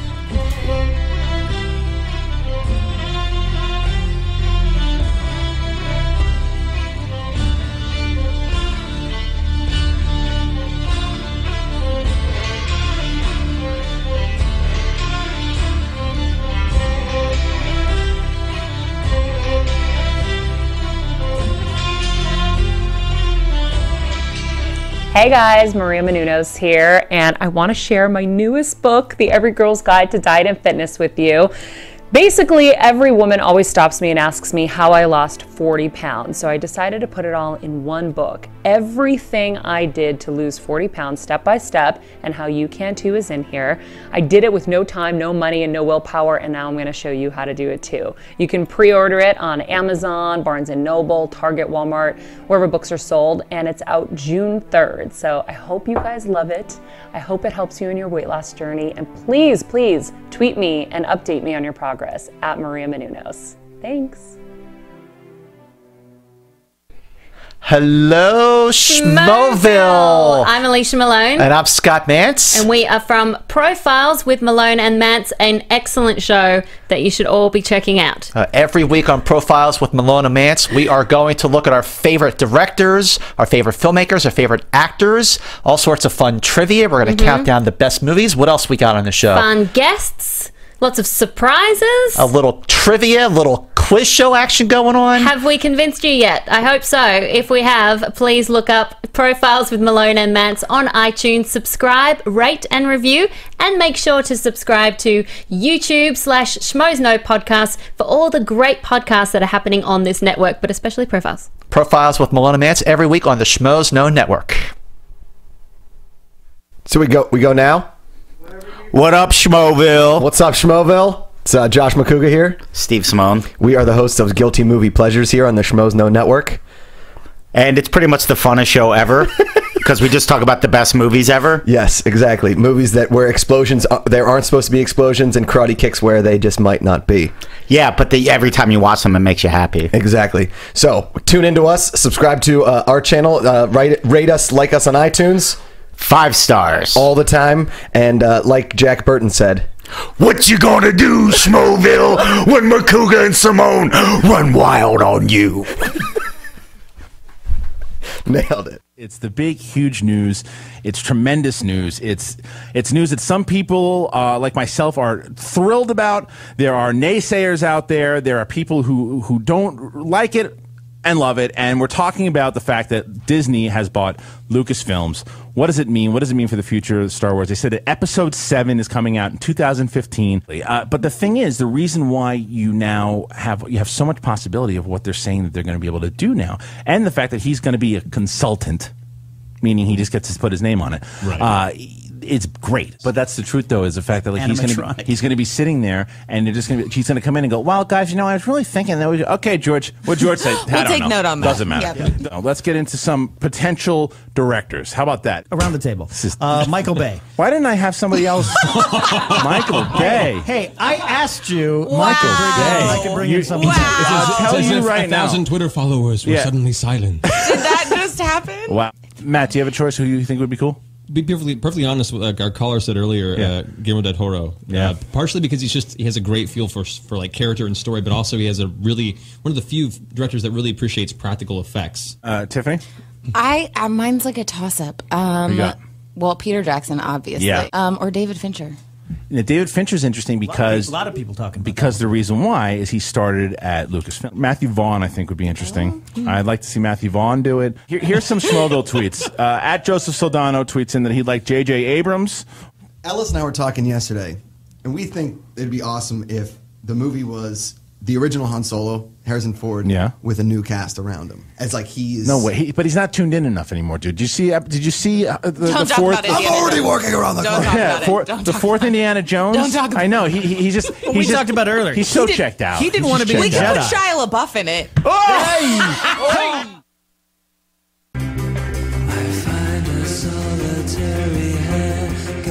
Still I reminisce, I'm haunted by your soul. Good one. We're back on the Schmoes No Movie Show. What a choice for musical accompaniment to bring us back from break. Thank you for that, JTE. We appreciate that. Schmoeville, we want you guys to tweet us at Schmoes No. Use the hashtag Schmoes No, like our Facebook page, and join the conversation here in Schmoeville. Speaking of that, very quickly, like I said, next weekend I will be at the Comedy Store in La Jolla. It's near San Diego. Friday and Saturday night shows. There's a chance that Cobster might be down there as well. Taping me, we got some cool stand-up stuff coming up. But right now we have something even cooler than that. We are pleased to welcome our guest on tonight's show is Dylan Baker. And if you guys aren't familiar with his name, you're definitely familiar with his face. Yeah, he has been in so many movies. You look at his IMDb page and his filmography is so impressive. I remember him from Revolutionary Road. That's right. And then I think a lot of our fans will also remember him from the original Spider-Man trilogy, not the Amazing Spider-Man, the original, the Sam Raimi Spider-Man trilogy. He played Dr. Kirk Connors, Spider-Man 2 and 3, correct? Yeah. And 2 and 3, for sure. Join us just in a second on the horn. He's directed a new movie. It's his directorial debut, and it's called 23 Blast. We went to break, I called it Blast 23, which sounds like some sort of really bad Michael Jordan promo video in the early 90s, so I apologize for that. The name is actually 23 Blast, and it's an interesting story how we actually got Dylan to be a part of the show tonight. Is that one of our crew members knew him, they're family friends, and they reached out to Mr. Baker and was like, hey, we got this kick-ass movie show, you should definitely be a part of it. And that crew member is none other than Brando. Hey, Brando, bringing in the goods. Finally, after he's been on the show for about a year, he finally holds his own weight around here. He's mysterious, though, because he'll just say things like, oh yeah, I've already seen that movie. It's like, how? He's got connections. We're going to have Dylan on in just a second. And before we get Dylan on, I just want to apologize to Ken real quick. It's because our producer, Ken Knapsack, we were doing the conversation, what should be remade, and I forgot to go to Ken and get his take. So Ken, now all of Schmoeville is waiting with bated breath. They had to wait through a commercial break.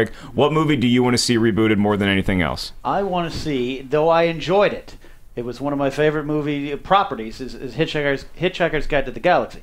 The 2005 version was actually really good as a diehard fan. It was better than people give it credit, but I think it needs a little bit more, and I'd love to have a chance to do it. Okay, the answer that he told me during break was Bad Girls. So that's also a fact. Take that with a grain of salt. And then you asked him anyway, thinking he was going to say Bad Girls. Setting him up, he knocks it out of the park. I'm pleased to announce that we are now joined live by Mr. Dylan Baker, the director and one of the stars of the new film 23 Blast. Dylan, thank you so much for being a part of the show. And I understand that you're actually personal friends with one of our crew members, Brando. Is that true, or did he just make that up? Well, with a name like Brando, he couldn't have made that up. Yeah, I guess he's got some friends in the acting world. How did you guys come across each other's paths? Brando was going to high school in Manhattan, where my daughter went, a little school called York Prep. And the first year he was there, he had his own apartment, and we were afraid of this kid who was alone in New York, so we said, well, bring him over to dinner once a week. We got to know him, and my wife and I have both helped him out in little movies at his grad, Ithaca. And he's a great guy. He's a street rat, is what it sounds like. You're bringing him food. You're helping him out with meals. I guess that you'll help him out on the East Coast, and we'll be his surrogate family here on the West Coast. Look after him. That sounds good. That's so nice of you. Yeah. Yeah. Now I'm interested in this movie, 23 Blast, because it's your directorial debut. You have had such an incredible career as an actor. What made you want to turn to directing?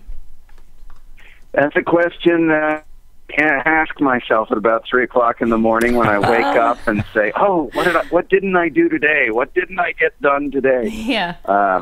Because I think I am directing, but I also basically produced 23 Blast along with my other 2 producers, and none of us had ever done it before, so we just had to learn every step of the way.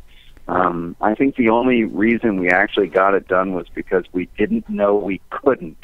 So we just went ahead and did it, and it was a lot of fun. But it also when you've got a story that is based on something that is a true story, and also the people are still alive and they care that you're making it right for them. The fellow that it's all about, Travis Freeman, is actually a great guy, and his story is so moving and so inspirational that all really wanted to get it right.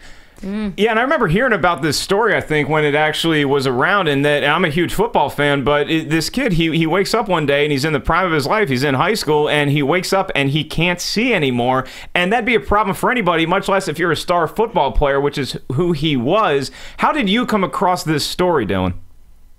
Well, the screenwriter, Tony Hoover, who was also one of the producers, Tony was a cheerleaders pals with my wife, Becky Ann Baker, who is the coach in the movie, and also plays Lena Dunham's mom on Girls. Cool. That's Becky. Oh, awesome. So Becky and Tony, this is getting really complicated. Becky and I like Tony how you dropped that you're married to a cheerleader. That's in high school, right? Yeah. And Tony went on to marry a guy named Vin Hoover, who was a football player, and he came from this little town of Corbin. Wow. So they decided to raise their 3 kids there, and they were there, and their boy was on the team a couple years behind her. So they saw the whole thing take place.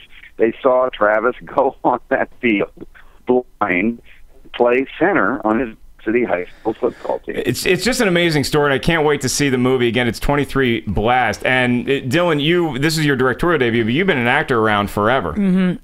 I was just curious, so how did that process work? I mean, you are acting in this film, and you're directing it, and you're telling me you're part producing it. Do you feel like you had to wear different hats at different times, or they were all on top at once? Well, I would say that there were times that the other 2 producers hid my producer cap, so I wouldn't hear certain things were going on. The crew hasn't been paid. Don't tell anybody. Don't tell the finish the scene today. Yeah. But directing myself is always pretty interesting. I had a really close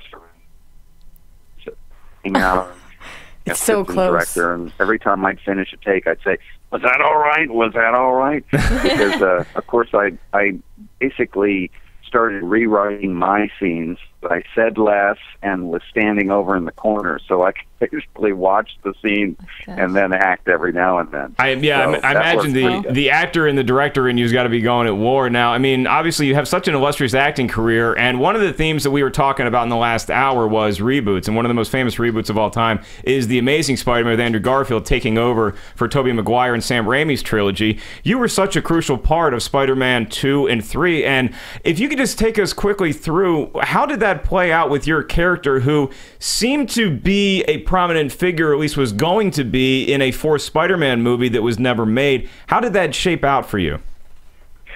Well, I have to say that in talking to Sam Raimi about it, set up to introduce and the whole thing, and then all of a sudden, it just, they pulled the plug on it. And I think it was Sam either said, we need a little more time, or we need to do this here, or whatever. And they decided to go with a whole different franchise. It was such a crazy change that all of a sudden there's somebody else wearing my clothes. And eventually you got to move on, but in the meantime, is that something that's frustrating? I mean, do you pound your fist against the wall? Do you go down in the basement and hit the bag for a little bit? What's the process for you as an actor and somebody who's a very well recognizable guy, but you're still trying to make a living here? How do you personally take that emotionally? Well, as an actor, you have to kind of be like a cornerback in football. If you let somebody complete a pass on you and they get a touchdown, you have to turn around and forget it. You got to go on to the next one, because in the next audition or the next role that you get, you can't be thinking about that last one. So I would say I have a very short memory for stuff like that. And you take all this emotion and you put it into your movie. Watching the trailer for 23 Blast, one thing I noticed was the great relationship between the two boys. How was it casting them, and how did you create that chemistry to have best friends? Well, they're pretty great guys. I would say it was all three of them. Also, you're talking about Mark Hapka, who plays Travis, and then Bram Hoover, who plays the quarterback, Jerry Baker. Then there's also Max Adler, who plays Cameron. Max is from the JTE series. And I brought the three of them out a week and started putting them through their paces, and we worked on script and whatnot. But they also started doing some football stuff, and Max never played at all, so they kind of learned what it was to play. And then, Mark had learned, he played some line running, so he had to learn that. And, of course, Bram, he was Mr. Football on the Corbin team, so he was just fine. He could do whatever they asked. Do you feel like because you were an actor for all of these years, you kind of know as a director the way to speak to actors, what to say to them to get the best performance out of them? Because you can think about when you were acting and what people said to you to make you have your best performance. I hope so. I hope it's not just by fear, which is I just kind of shut up and do it. But every now and then, especially with the young guys, they go on a tangent or something and think, this would be great if I did it with a banana peel on my head, but pull them back from the ledge, something like that. But for the most part, I was excited when they would come out with things. I just. Because I know that old thing about that there's three movies, that there's one is the script, and then one is the one you shoot, the third one is the one you edit. And I really wasn't, I'd heard it, but I wasn't ready for it until we got on the set. And somebody like Stephen Lang, who plays the head coach, when he would come in and say, this isn't working for me, how about if I did it this way or did this? And of course, it's Stephen Lang. I'm going to listen. And I want to ask you about Stephen Lang is one of just the scariest dudes you'll ever look at. Apparently, he's a sweetheart to work with. But like when you watch the movie Avatar, of all the scary things that live on that planet, Stephen Lang was the scariest thing in that movie to me. What's it like meeting that dude for the first time, and how is it working with him as an actor? Well, he's a man of very few words. When I met with him, he said, "Well, I never played a coach before, so I guess I'll do it." Man, that guy really charms the room, doesn't he? Oh my gosh. And the weird thing was we were all ready to start shooting on April 2nd, and literally on April 1st, I think it was a Sunday, And April 1st, 2012, I still don't know what his travel is. We had thought maybe he was coming in the day earlier, and he just wasn't around. And I was standing in the parking lot of the hotel, the Cast Hotel, which in Corbin, Kentucky is the Holiday Express, the best hotel in town. They have free internet at their business center. I know that from firsthand experience. Free Wi-Fi in the business center. Look at you. This is true. This is true. But I'm standing in the parking lot, and all of a sudden this car comes driving up, window goes down, and there's Stephen Lang. He just showed up, and he said, "Hey," and I shook his hand, and he said, "Hey, do I work tomorrow?" And I said, "Yeah, you got several scenes tomorrow." And he said, "Do I have any dialogue?" And I said, "Yeah, you got a lot of dialogue." He said, "Okay, I'll see you then." He came, was totally prepared, totally knocked it out of the park, every single thing he had to do, and that continued to be the case through the shoot. That's fantastic. Was he just messing with you, or like, was he trying to make you nervous? It was April 1st. It was April 1st. It's true. No, I think that's just Stephen. I mean, he's a guy. He's a guy's guy. And he was. But I have to say, I found out that he was interested in playing a part that people might actually like. The guy. At one point in a scene where he had to work with Travis, I said, "Look, you're kind of letting go of you at this point. I think you gotta give it to him a little bit." And he said, "Damn, I thought this would be one character I played that people might like me." And I said, "No, listen, they're gonna love you. Are you kidding me? Your performance, they're gonna love you, but well, give them something." And of course, it worked out great and scene, and it's a nice laugh. So yeah, well, it's based on a book by Travis Freeman, and obviously based on his story. Was he involved a lot in the whole process? Yeah, actually, Travis just completed. I think the book actually just came out on this Monday. So gotcha. Tony wrote it totally fresh from viewing the story and got the rights from those guys to do it. And then once we'd done the movie, we kept saying, "Travis, you got to write a book, man. You got to tell the rest of the story, everything that we don't see in the film." He did that, and I've read the book, and it's fascinating. It's really great. But and his mom and dad in Corbin, Mary and Larry Freeman, and the three of them showed up on set first day we were filming. Said, "Is it okay if we just hang out, if we watch?" And we said, "Yeah." And they came almost every day, and they would just hang out for as much time as they had. The cast could talk to them, and Mark Hapgood could ask Travis questions about what it was like learning how to walk with a cane first time, and Mary would be asked by Kim Zimmer, who played Mary Freeman, all the different questions. But what was it like having, a son in this situation? So it was pretty spectacular having them around all the time. You seem like a great director to work for. I mean, it just seems like a pretty open set, we got parents showing up, we got Stephen Lang might come to work, we have Brando in the corner eating all of our craft services. Dylan, since I got you on the phone here, I got to ask you about this movie. It's become a cult classic, and we're nearing the season of Halloween, and it's one of my favorites. I watch it every year now since it came out in 2007, and that would be Trick or Treat. Can you just really quickly take us through the process of that movie, because it's a movie that not everybody has heard of as far as the great horror franchises, but if you love horror movies, you're definitely going to be a huge fan of this one.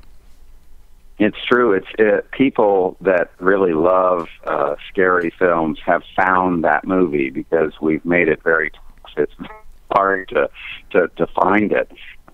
But Mike Hardy, who is one of the writers of X-Men movies, another thing, always had that story, and nobody wanted to do it because it was 3 or 4 different stories sort of looped together. And kind of like the old, what was that old series that was that they used to do like 3 or 4 things? It was either it wasn't Tales from the Crypt or Tales from the Dark Side. It was that I know exactly what you're talking about, and they would just interweave. Like not the Twilight Zone, but the other one, like the anyways, that people were afraid about that the nature of that kind of storytelling. They want one thing. Of course, when people saw this film, they just went crazy for it, and it's nobody just bit the on the head and put it to be in theaters every Halloween, because it's a good film. It's really fun. It really is, and it'll probably be playing in a number of theaters this October 31st, but make sure before you see that one with Dylan Baker in it, check out his directorial debut in a film that he co-stars in, 23 Blast. It's going to be in theaters October 24th is its release date, and like you said, you can pick up the book, the story upon it, which is based on the character upon which this film is based. You can pick that up on shelves now. Dylan, thank you so much for joining us here on the Schmoedown Movie Show. We can't thank you enough for taking the time out of your busy day, which now involves acting, directing, and producing, to call and talk to us for a little bit. Okay, just remember, Brando gets hungry a lot. You guys are on the line now. When he's on the West Coast, we'll take care of your boy for you. Thanks again, Dylan. We'll get all Schmoedown out to see 23 Blast in theaters October 24th. Thanks, guys. Thank you. All right, that was a nice guy. Yeah, funny guy too.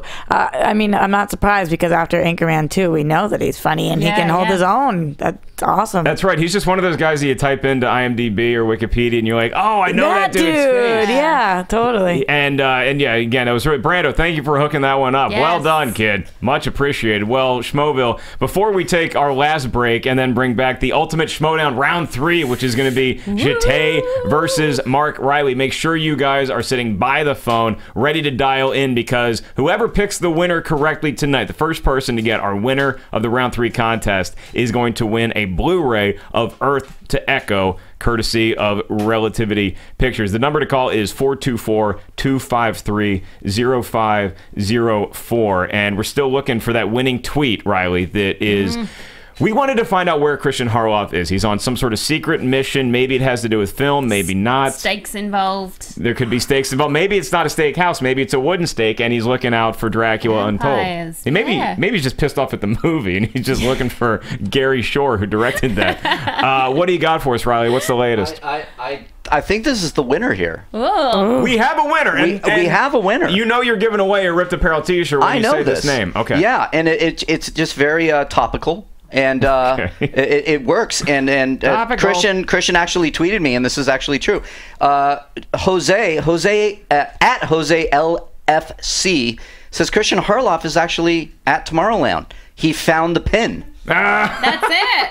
He found the That's pin. it. He's in Tomorrowland. I love it. There it is. That's the winner. Congratulations, Jose. Thank you all of Schmoeville for tweeting us and trying to figure out where in the hell is Christian. Hopefully at some point he will return to us and divulge the information. Because Finstock isn't here either. Please don't say if you say his name 2 more times, he's magically going to appear. These people are clever, man. Have you met Finstock, Roxy? No, and Sarah, my him, roommate does the show with him, so Sarah's telling me all these things about him. Now, what's it like? Because, again, if you guys haven't checked out Box Office Breakdown, it's the show that Sarah Stretton, who is Roxy's roommate, really most talented, gorgeous, amazing human being of all time. Well, besides you and Alicia, love you guys. It's such a fun show, and it really is a credit to her hosting ability. She can wrangle in the personalities known as Finstock and JTE together. When she comes home and she's had a long, hard day of Box Office Breakdown, taking care of those 2 caged animals, what is she like? Does she complain to you? Does she vent to you? She says, will I ever see his face? Is she into Finstock just a little bit, maybe? Well, you never know. They talk about boys. All right, now Alicia and Maud, who do you guys think is cute on the Schmoedown? Oh, don't do this to me again. I was in the rapid fire seat once before. That's right. You're too much of a seasoned pro to be fazed by my questions now. Really quickly before we go to break, guys, we want to let you know that there are some films upcoming in theaters this week, and that, again, Alicia and I had a couple movie dates because we did. Christian was out of town, and so we saw Dracula Untold. There was popcorn involved. There was popcorn involved. And that was there hand holding? There was sharing of the popcorn. Maybe did you touch at the same time? We might have touched accidental fingertips a number of times, but you know what? Even that, like, I wouldn't be. Alicia and I could have made out for the whole Dracula Untold movie, and still would have been boring. We would have just done it to not think about the movie. We'll deal with the ramifications of an inter-office hookup so that we don't have to watch Dracula Untold. It just let me down, man. The worst type of movie for me is not a really bad movie. It's a boring movie, a safe movie, a predictable movie, and that's why I didn't like this one at all. Yeah, Dracula Untold. We know the story you're telling. It's called Untold, but we've been here before. Yeah, The first 5 minutes of Bram Stoker's Dracula is the entire film of Dracula Untold, more or less. What are your guys' favorite vampires of all time? Edward, obviously. No, joking. She's taking Edward, another pale skinner. Roxy, your favorite vampire of all time? Oh, this is going to be such an unpopular response because people are going to say, who? I come from TV, and my TV world from Vampire Diaries, moving over to the originals. His name is Klaus. He's the best vampire of all time. A German vampire. Of the originals? Yeah. He's more blonde. All right, hopefully we can get some better opinions from the rest of our crew. Oh, it's a good one. People who watch will know. JTE is going crazy in the engineering booth, and Ken is looking cool, calm, relaxed, ready with a quip. I'm going to let JTE go first. What do you got, JTE? This is an easy one. Salma Hayek from Dusseldorf. I'll be her lap dog. That's pretty good. That's pretty good. Ken, can you top Salma Hayek from Dusk Till Dawn? Go. Alicia Malone. Yay! You win all the prizes. Alicia Malone is his favorite vampire. Now, are we taking calls before or after we go to break? We're going to do it right now. Okay, Schmoeville, get ready. We have somebody on hold, JTE, is that correct? Okay. Caller, you are in Schmoeville, first of all. Who do we got?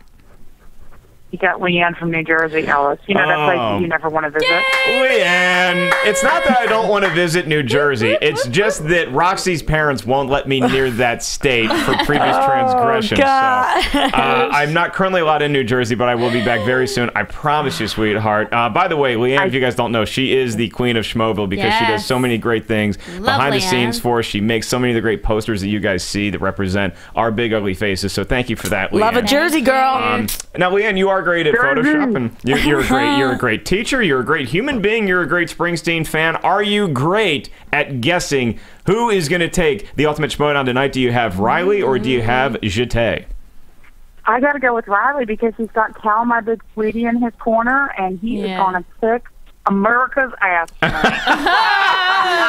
So you're actually rooting against America. That can't be good. You blow it. It's not against America, but come on, it's Reilly, and Josh has been riding this little momentum the last couple weeks, so it's time for Reilly to step up and Yodi to just come forward. I think this is deep rooted. I think this is some sort of Jersey tri-state area hatred towards JTE's native Boston. I think that's what's going on here. Leanne, thank you so much.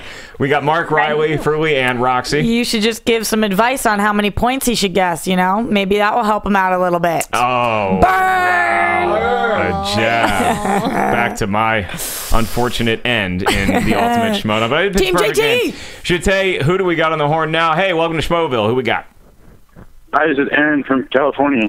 Aaron from California. Now, Aaron, you are going to be saddled with JTE. If he wins the ultimate Schmoedown, you're going to win a Blu-ray copy of Earth to Echo, as well as the adoration of all your family and friends. How confident are you in JTE's ability to unseat Reilly? I'm pretty confident. I like JTE. All right.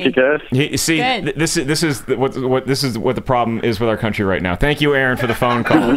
But he's Tell acting. us the problem with our country. He's acting like JTE's going to win the trivia contest because he seems like a nice guy. It's like, oh no, I'll vote for that guy and put him in the White House because I'd like to have a beer with him. It's not the same thing. JTE is a fine human to go to Chili's with. So many enemies. You're going to have so many enemies. He's a fine person to hang out with, watch a ball game. We've enjoyed many basketball games together. We've competed against each other on the hard time. Anybody left-handed, all of the Democrats. Against Mark Reilly. He pushes the buttons, so be careful. This is very, very tough. Delete.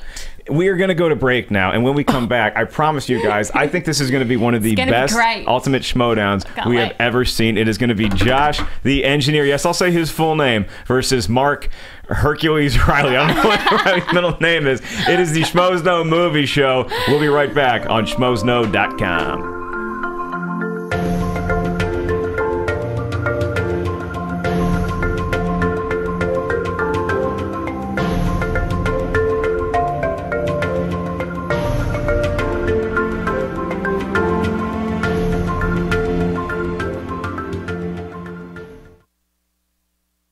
What's up, Schmoeville? It's me, the Wild Man, Josh McCouga. You guys know me from the podcast and Wild Man TV, but did you also know I have my own talk show? It's called Between the Sheets. I bring on comedians, TV personalities, adult stars, and we talk about everything, but mostly sex. So go to my YouTube channel, The Casual Mafia, subscribe, and see every episode of Between the Sheets.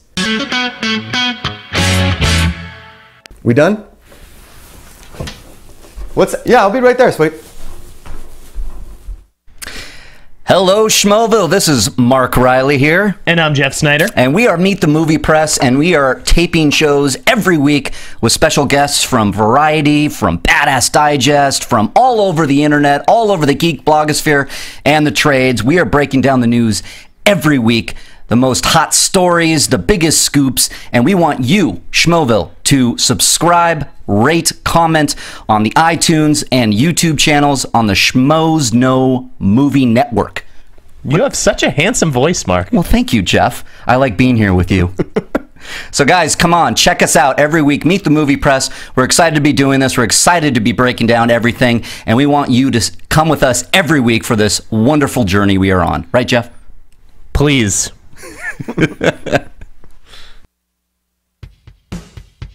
Stand-up comedy, sketch comedy, screenwriting, radio, acting, professional wrestling, love, life. Ken Napzok, the producer of the Schmoes Know podcast, has failed at all of these things, but his friends haven't. So join Ken as he makes his wonderful friends your friends, including some of your favorite Schmoes Know characters as they discuss life, the universe, and everything on The Napzok Files. Available on Stitcher and iTunes. Hashtag The Napzok Files to join the conversation.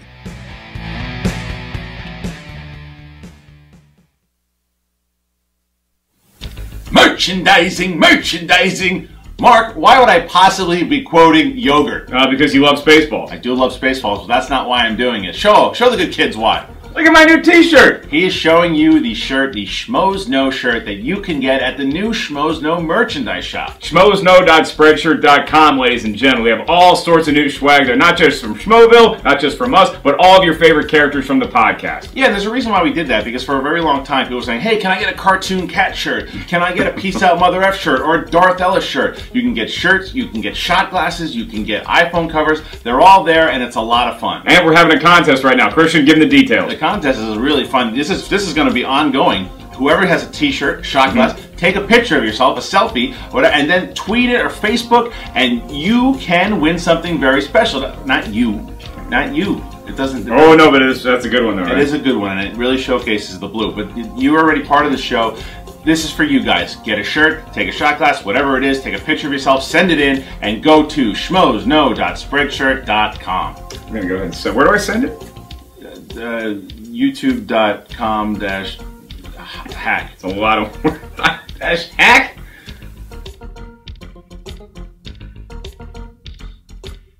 Hey, I'm Ken Napzok. My name is Maud Garrett. And this is the Jedi Alliance, a celebration of the greatest saga ever told, Star Wars. In every single episode, you can expect so much Star Wars goodness. Not only do we put two things in the Star Wars universe against each other in Duel of the Fates. We have great trivia, guests, and also some fierce discussions over pronunciations of certain ships. And we can't promise that we won't be doing our very own sound effects or impressions and impersonations. This is true. We've got up-to-date Star Wars news, speculation on episode 7 as well, and you can find us on iTunes, where I want you to subscribe, rate, and review. Oh, and you can also find us on the YouTube channel, which of course is youtube.com/Schmoes Know podcast. Rate and review, you will. Yes, you will. That's the Jedi Alliance on the Schmoes Know Network.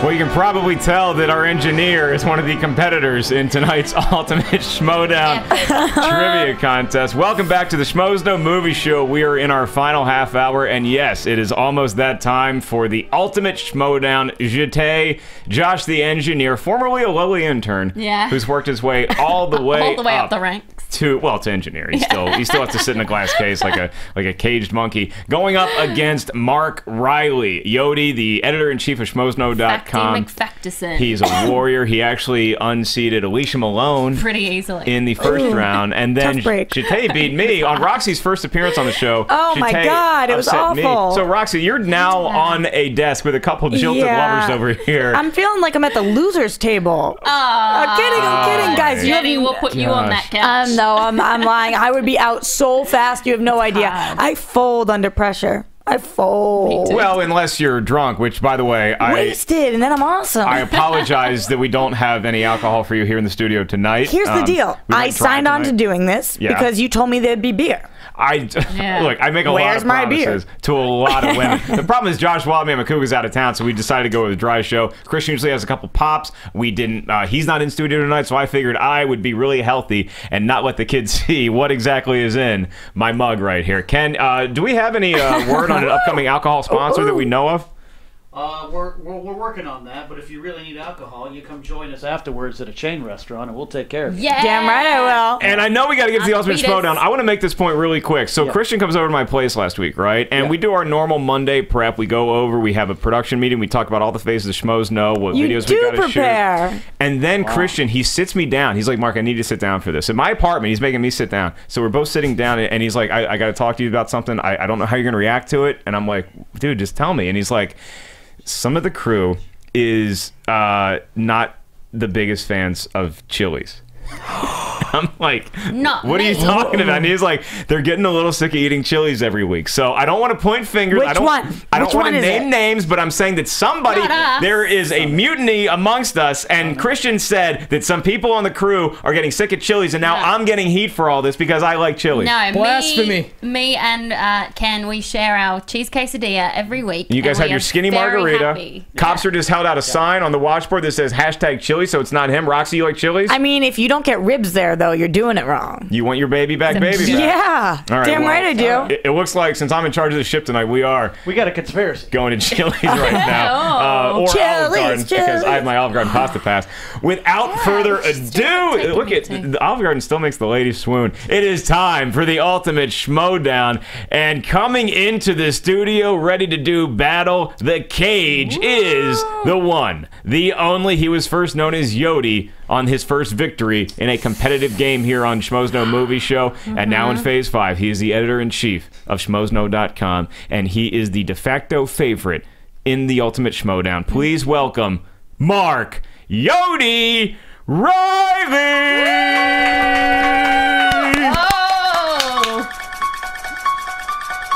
Creepy. Oh my God. Okay, Copster has just been stabbed. I didn't see who. Oh my God. Oh my God. Why? Why this? It's Michael Myers. And he's looking at Roxy. Copster's still alive. Don't worry, everybody. Copster is still alive. Okay, he's dead now. He's definitely dead now. He is perished. He's gone. Michael Myers is slowly walking up to the desk. The eyes, man.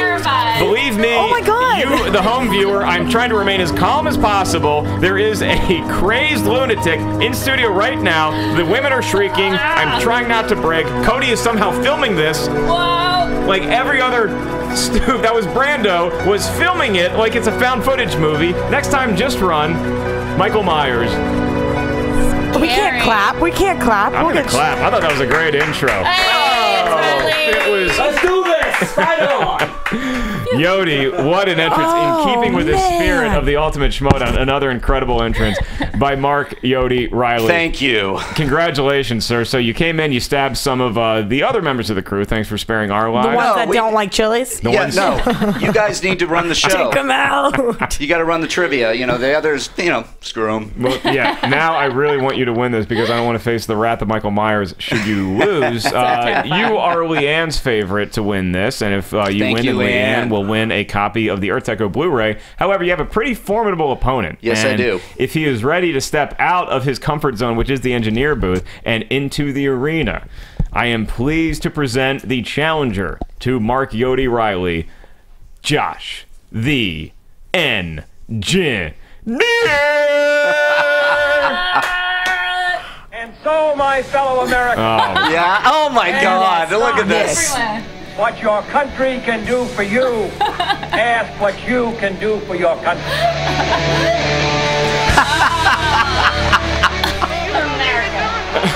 Oh my God.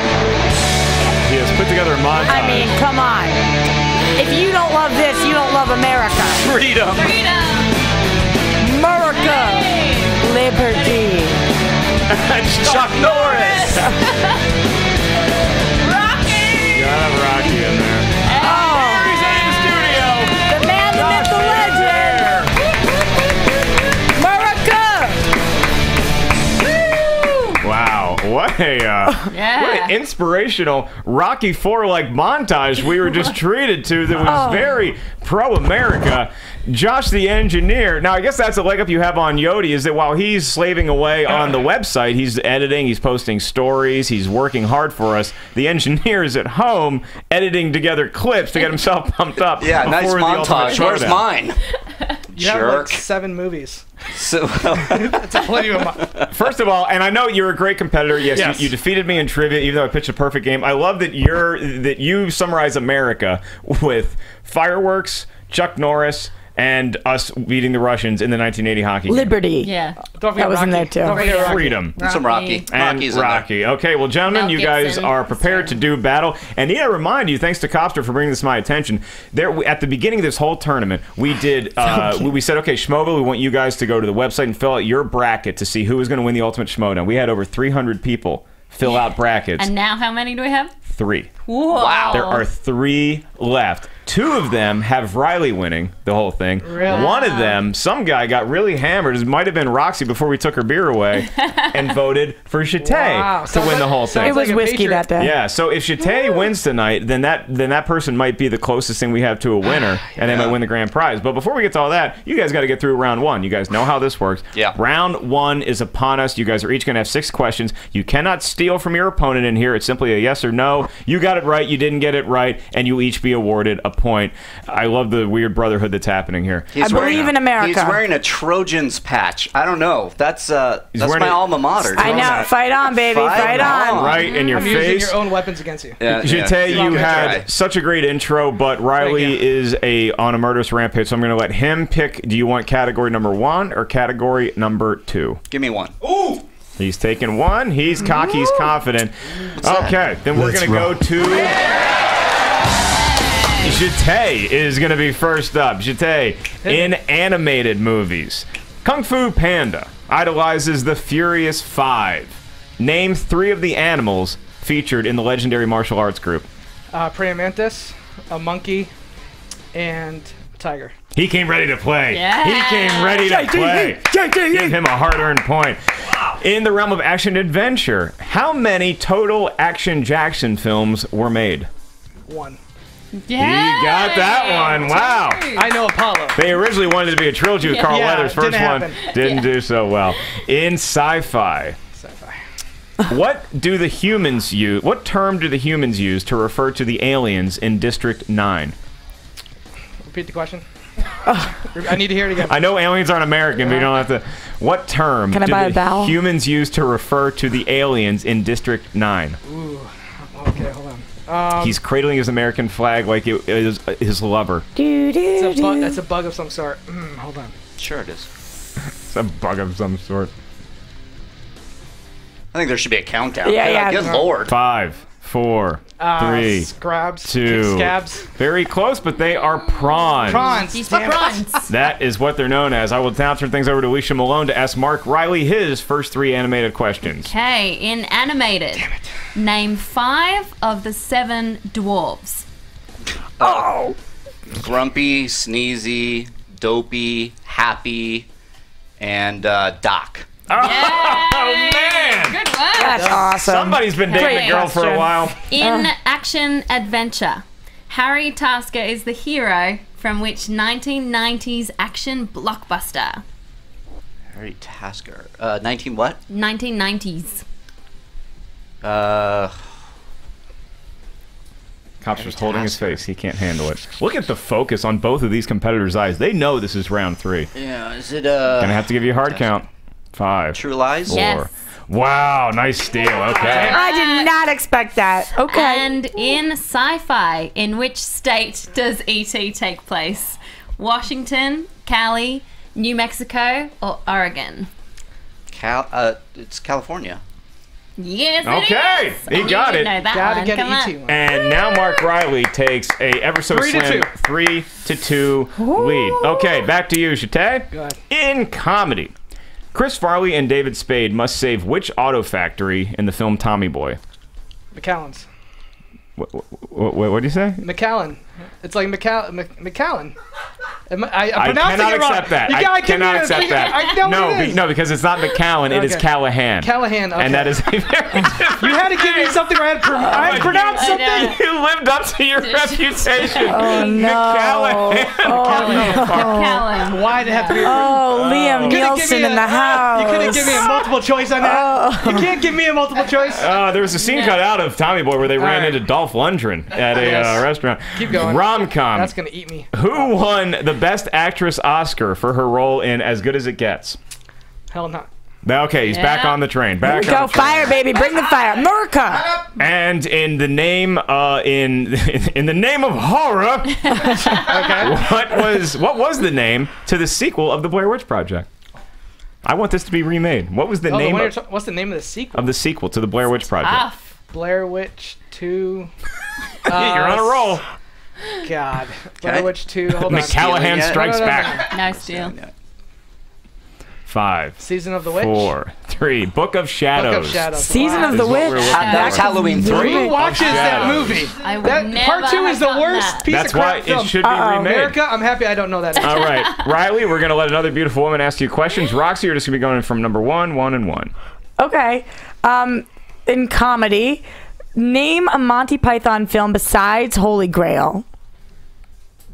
Monty Python and the Meaning of Life. There it is. Are you kidding Ding, me? ding, ding. That's like asking me a different movie than Rocky 1. Uh-huh. I could have named Rocky 2, 3, 4. Okay. We gave you McCallahan. We're going to rom-coms. What artistic pursuit is the dream of Jason Segel's character in Forgetting Sarah Marshall? A puppeteer. It's the American flag is now at half mast. Oh, ladies and no. gentlemen. These are so You're easy. still Go in the ahead. game. No, keep the flag high. Come on, man. All right, horror. Which horror movie was released in 1980? Halloween, Nightmare on Elm Street, The Shining, or Friday the 13th? Friday the 13th. He's wrong, folks. Yeah, that's incorrect. Oh, what is it? It was The Shining. I don't know what that was, but that wasn't right. Great theatrics. But the point is, by it was Roxy wrong. Striar. Okay, so Riley, We're I close. believe We're close. Riley has 5 points, Ken?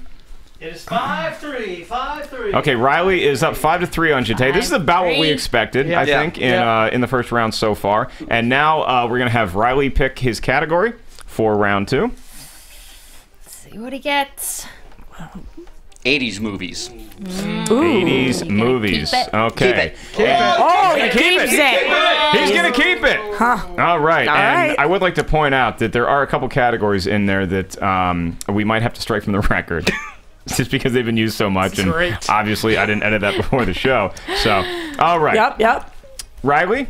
Yes. In the film Who Framed Roger Rabbit, what's the potion that frightens Toons the most? The Dip.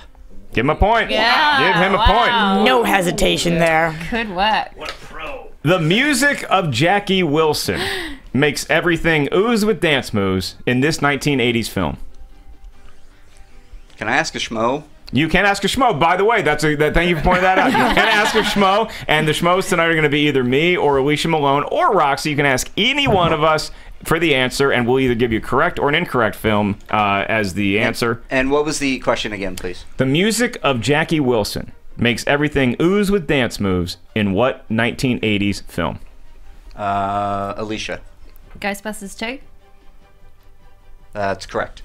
That is correct. That is correct. You did an interesting thing with like the question mark at the end, almost, that's just my Alicia. accent. Yeah. But everything sounds like a question. All right, Riley. How many times this year has Ferris Bueller been absent? Shit. Hard one. How many times this year? There is no schmo that can save you now. Yeah. You're schmoeless. Yeah, totally schmoeless. If he doesn't get it right, then JTE can steal, and we're going to have to go ahead and... 9 times. Oh, man, Yes. he got it. Wow, you were milking it. Rainey does too. 9 times. I just had to go to the Rolodex. I could quote that movie. I thought I had to steal there because I was like, oh, I know it's 9. Oh, that's Damn crazy. it. All right. Teased me. And finally, what actor narrates the film Stand By Me? You got Richard Dreyfuss. Okay, hey, it's a question on the list. Bring that damn bag over. All right, here comes the bag. Reilly with a 4 for 4 performance. Woo. Very, very impressive, sir. Well done. Yeah, And now almost JTE perfect. really has to step up to the plate now. I got alien movies. Okay. I'm gonna put it back. I'm not a huge He's fan putting of back alien movies. Okay. He's Not a putting big- back not a alien big movies. You got to be confident with your pick, babe. Let's go. Hoping for Rocky. I'm sure. Yeah, Rocky would be fantastic right now. Holiday movies. That's worse. Holiday movies. I need the confidence. Team JTE, let's go. Holiday. I hope these are all All right. 4th of July questions. Go These ahead. are all 4th Yeah. of July. Yes. All right. Okay, holiday movies. What is the name of Macaulay Culkin's character in Home Alone? Why is I'm getting all names and I can't pronounce crap. Dude, this is... Kevin McAllister. Yeah. See, you got to use your Mick finally. You got to say Mick Yeah. something and actually have it be right. That must have been so nice for you. All right. Holiday movies. Yes, that is the category. So this morning I woke up and What 2 stars duke it out for a popular toy in the film Jingle All the Way? Sinbad and Arnold Schwarzenegger. I That's an like easy you're a one. true American leading I off with was worried. Sinbad. I was worried you want the last name for Sinbad. I was like, screwed. All right, here we go. Ooh. What was the angel's name in the film It's a Wonderful Life? Oh, come on. Oh man, I haven't seen that in so long. It was. I think even Ken Knapsack knows this one. Yeah, the angel's name and it's a Was it something Wonderful McCallahan? Life. I was thinking, Brian Denny. You know what? If you get close to his name, I'm going to go ahead and give you credit. But you got to do it now. 5, 4, Gabriel. I have 3, no idea. 2. Alicia hit him. No, wait. He can Oh, steal. that's right. Wow. What America plays by the rules. What a sportsman right you there. didn't want to Reilly, ask a schmo? Can you steal? Oh, I forgot about Ask the Schmo. No, you can. You know, you can still play Ask a Schmo Can if I you still want. play Ask the Schmo? Yeah. All right. I will ask the Schmo. I will ask. I'll ask Alicia. Can you ask me twice? What we was the- just I haven't did. asked They you just yet. did. Okay. No, you just asked Alicia. Yeah. George. True. She's so upset that she gave you Reilly, can you steal? You've had 9 years to think about this question. Yeah, What do you I got? know. It's. That's why I it's get for on not the tip asking of- is American. it Frank? I don't I know. mean, I'm Team JTE. I Why know. wouldn't you? Like, what was that? She's a classic movie. Okay, buff. Ken, do you want to say the answer? Yeah, come on, Ken. No, I don't. No. Come on, Doesn't Ken. know. Oh, I What thought is you knew. it? Okay, Alicia, tell me the answer. I don't know either. All right, neither do I. But I know it's not George. She Yeah. doesn't even know it. I didn't write the question. It's not on here. I know this movie. Well, I've what's seen the every answer? single- What was the answer? We honestly. So I might be right with my Clarence. Frank. It was She could be Clarence. right Oh, with it's George. It was Clarence? Clarence. It was Okay. Clarence. That's right. Okay. Clarence. If you had That's asked okay. me, I would have said Ricardo. You would have known I Everybody was settle lying. down. Here we go. Back to Why I'm holidays. terrible at What trivia. Die Hard star also appears in another Christmas classic, Love Actually? Ooh. Alan Rickman. Very good. There you go. Give him a point. All right. And we got... That's my boy. We got one more. I need to interject here. There's been on the previous answer to the horror released in 1980. You answered Friday the 13th. Yeah. And the answer was Shining. Yeah. That's also correct. Oh, we have a... wow. He doesn't get the point. I knew that was. No, he does get the point. Why Yeah. would he? Yeah, he gets the point because 'Cause it was that's when it released came 1980. out. Yeah. So you Yeah. gave him two possible 4 answers. You gave him 2 that were right. That's That's correct. true. Yeah. Ooh. Okay. Look, we're gonna go Half back. point. We're gonna go back, and we're gonna look at this. And I want to thank you for bringing it to our attention. The show has officially come off the rails. Controversy. And it only took Every an time hour I'm in this chair, there's and 52 Yeah, I controversy. think it might have something to do with you. Keep your eyes on your own paper, okay? Yeah, Let's see yeah, what you can don't do worry. there. I did Yeah. get the point though. No, he doesn't get the Yeah, point. but you had 2 out of 4 right. You had 50-50 chance. We're gonna let Commissioner Knapsack go in the back and decide whether he gets the point. In the meantime, we still have JTE working on holiday Okay. movies. I got Here one we more, go. right? What was Bill Murray's occupation in the modern take on A Christmas Carol, Scrooged? He was a producer for television. Very good. Give him the point, Kenny. Give him the point. And now we are going to move on to round 3. But first, Kenny, I'm going to need a ruling from you on whether Reilly, in fact, gets that point from round 1. Now, keep in mind, we do have a backup question, and it is about The Shining. And I think that probably is the way to go. To be fair to everybody, we have another question that is based around the film The Shining for Mark Reilly, if we want to go to that. Ding, ding, ding. Look, I think he answered the question correct. Thank you. What is the name of the hotel in The Shining? The Overlook. Okay, give him the point. Give him the point. It's another question on the board. What's the total right now? 6. No, excuse me. It is 10 to 7. It is 10 to 7 right now. Ladies and gentlemen, we are entering round 3. I'm feeling good. Of the Ultimate Schmoedown, and we have another final round where it's the betting of the points, where everything is going to rest. This is so exciting. Riley's in the lead with 10. I'm not looking at I'm at 10. You're at 10. Look what he's doing. He's not looking, everyone. You're at 10. He's And in the what corner. you have to do is pull a category. And we're going to let JTE pull the category because he is losing. Do we bet first or we pick the category first? I believe you pick the category first, and then so you're we going to have write an idea down. of what it could be. Yeah. Give me something good. Annoyed at myself for forgetting that one. Yeah. Clarence? Yeah, this is Yeah, what I went hate to you when for it's under classics. So pressure. Comic book and movies. Oh. Comic book movies. Comic book movies. So many places you could go with this. Comic book movies. 'Cause I want it all. All right, we need to pull up a comic book movie here. Anyway, do you not have a comic book question? We don't have a comic book category as far as I was quoted. Do we pick again? What happens here? You might have to pick again. Command F. There's there's a conspiracy. It's you. Like the JFK assassination, something is going down. There's not a conspiracy. Back and to the left. Yeah. All right, go ahead and pick a backup category in case we do not have. This is our Watergate. Fair enough. I'm crossing out my bet then because I'm doing the same thing. You're totally allowed to do that. Crossing mine out and I also. apologize to everybody out there nervously watching in Schmoeville. Is that we don't have a crossed out category mine comic also. book movies? Yeah, Those poor 3 people. it's not happening yet. Jesus, I really like that bracket category too, people? man. I really like that category. We all like comic book movies. We talked about them for an hour today. We all are a big fan of them. However, God bless not America and God bless Jean-Claude Van Damme. See? This could be it. This is why we didn't have comic book movies as a question. We now have Jean-Claude Van Damme. How are we feeling? As the final category in the Ultimate Schmoedown. You guys have already written down what your wager is. Reilly is very nervous. Written down. JTE looks as confident as an American can be when he's got to answer a question about somebody from Belgium. And the question is this.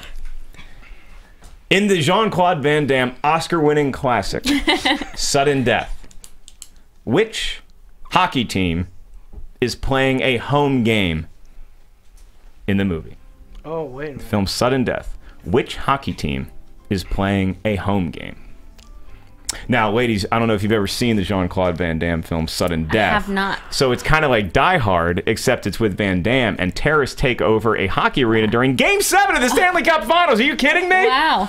Okay. And you wouldn't believe it. Some point in the movie, Van Damme, in saving the entire arena, has to suit up as the goalie and go out on the ice Does he do and a play a few roundhouse minutes. kick as well? Sounds like they need some America. Roundhouse kick. He roundhouses pucks out of the way. Yeah. We are now going to have to say, put your pens down. Hold on, let me just finish this up. For the question, what are you drawing a picture there? Come Yeah, on. my pen is things. All right. I got it wrong. I know I got it wrong. Which hockey team is playing a home game in the Van Damme classic Sudden Death?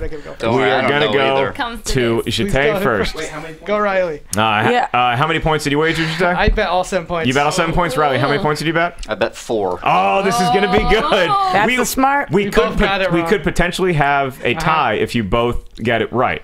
Okay, well, JTE, your answer. Let me just say, Mhm. I love Van Damme movies. You by the way, you had a Yes. hockey clip in your little I montage. did. And the film you're talking about is probably the one I've seen the least. Okay, that's a very interesting subplot. I do not remember for the life of me what team it was. Which hockey team did you pick? I took a guess. I put the New York Rangers. That is incorrect. I knew it. The New York Rangers are not correct. Mark Reilly, do you have the answer? Yeah, I put the Rangers too.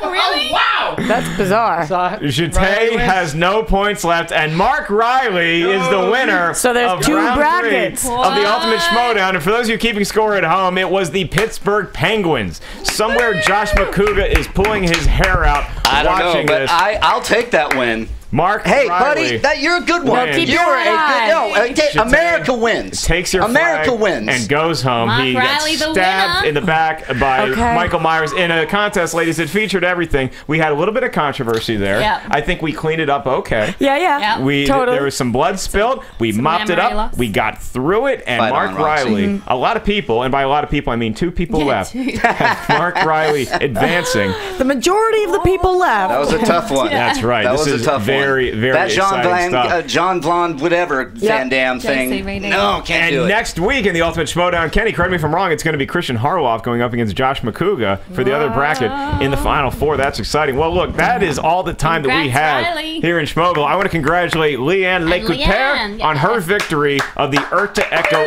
Blu-ray. Leanne, and congratulations to our Twitter winner who won the Ripped Apparel shirt. Congratulations to everybody for listening to a kick-ass 2 hours of podcasting magic. Woo-hoo. Thank you guys so much. On behalf of everybody, the entire Schmoesno crew here, Cobster, Ken Knapsack, Cody, Brando, thank you for getting us Dylan Baker, and make sure you check out Dylan's new movie, 23 Blast, in theaters October 24th of this year. JTE, the valiant effort, but fell to Mr. Mark Reilly. For Alicia Malone, at Alicia Malone, Roxy Striar, at Roxy Striar, I am Mark Ellis, at 5150 Ellis, and Christian Harloff, at Christian Harloff. Hopefully he's back next week. This has been the Schmoesno Movie Show, in the words of the great fallen hero Harloff. Peace out, Mother Fs. Bye. From producers Christian Harloff, Mark Ellis, and the entire Schmoesno crew, we would like to thank you for listening to the Schmoesno Movie Show. Promotional consideration provided by the following: Dollar Shave Club, Ripped Apparel at schmoesno.com. Special thanks to Kevin Undergaro and Maria Menounos, the author of Every Girl's Guide to Diet and Fitness, in stores now, as well as the entire AfterBuzz TV network crew. To watch or listen to other Schmoes episodes, get movie news, and join the conversation, be sure to visit schmoesno.com. I'm the Pit Boss, and this has been a presentation of Schmoesno.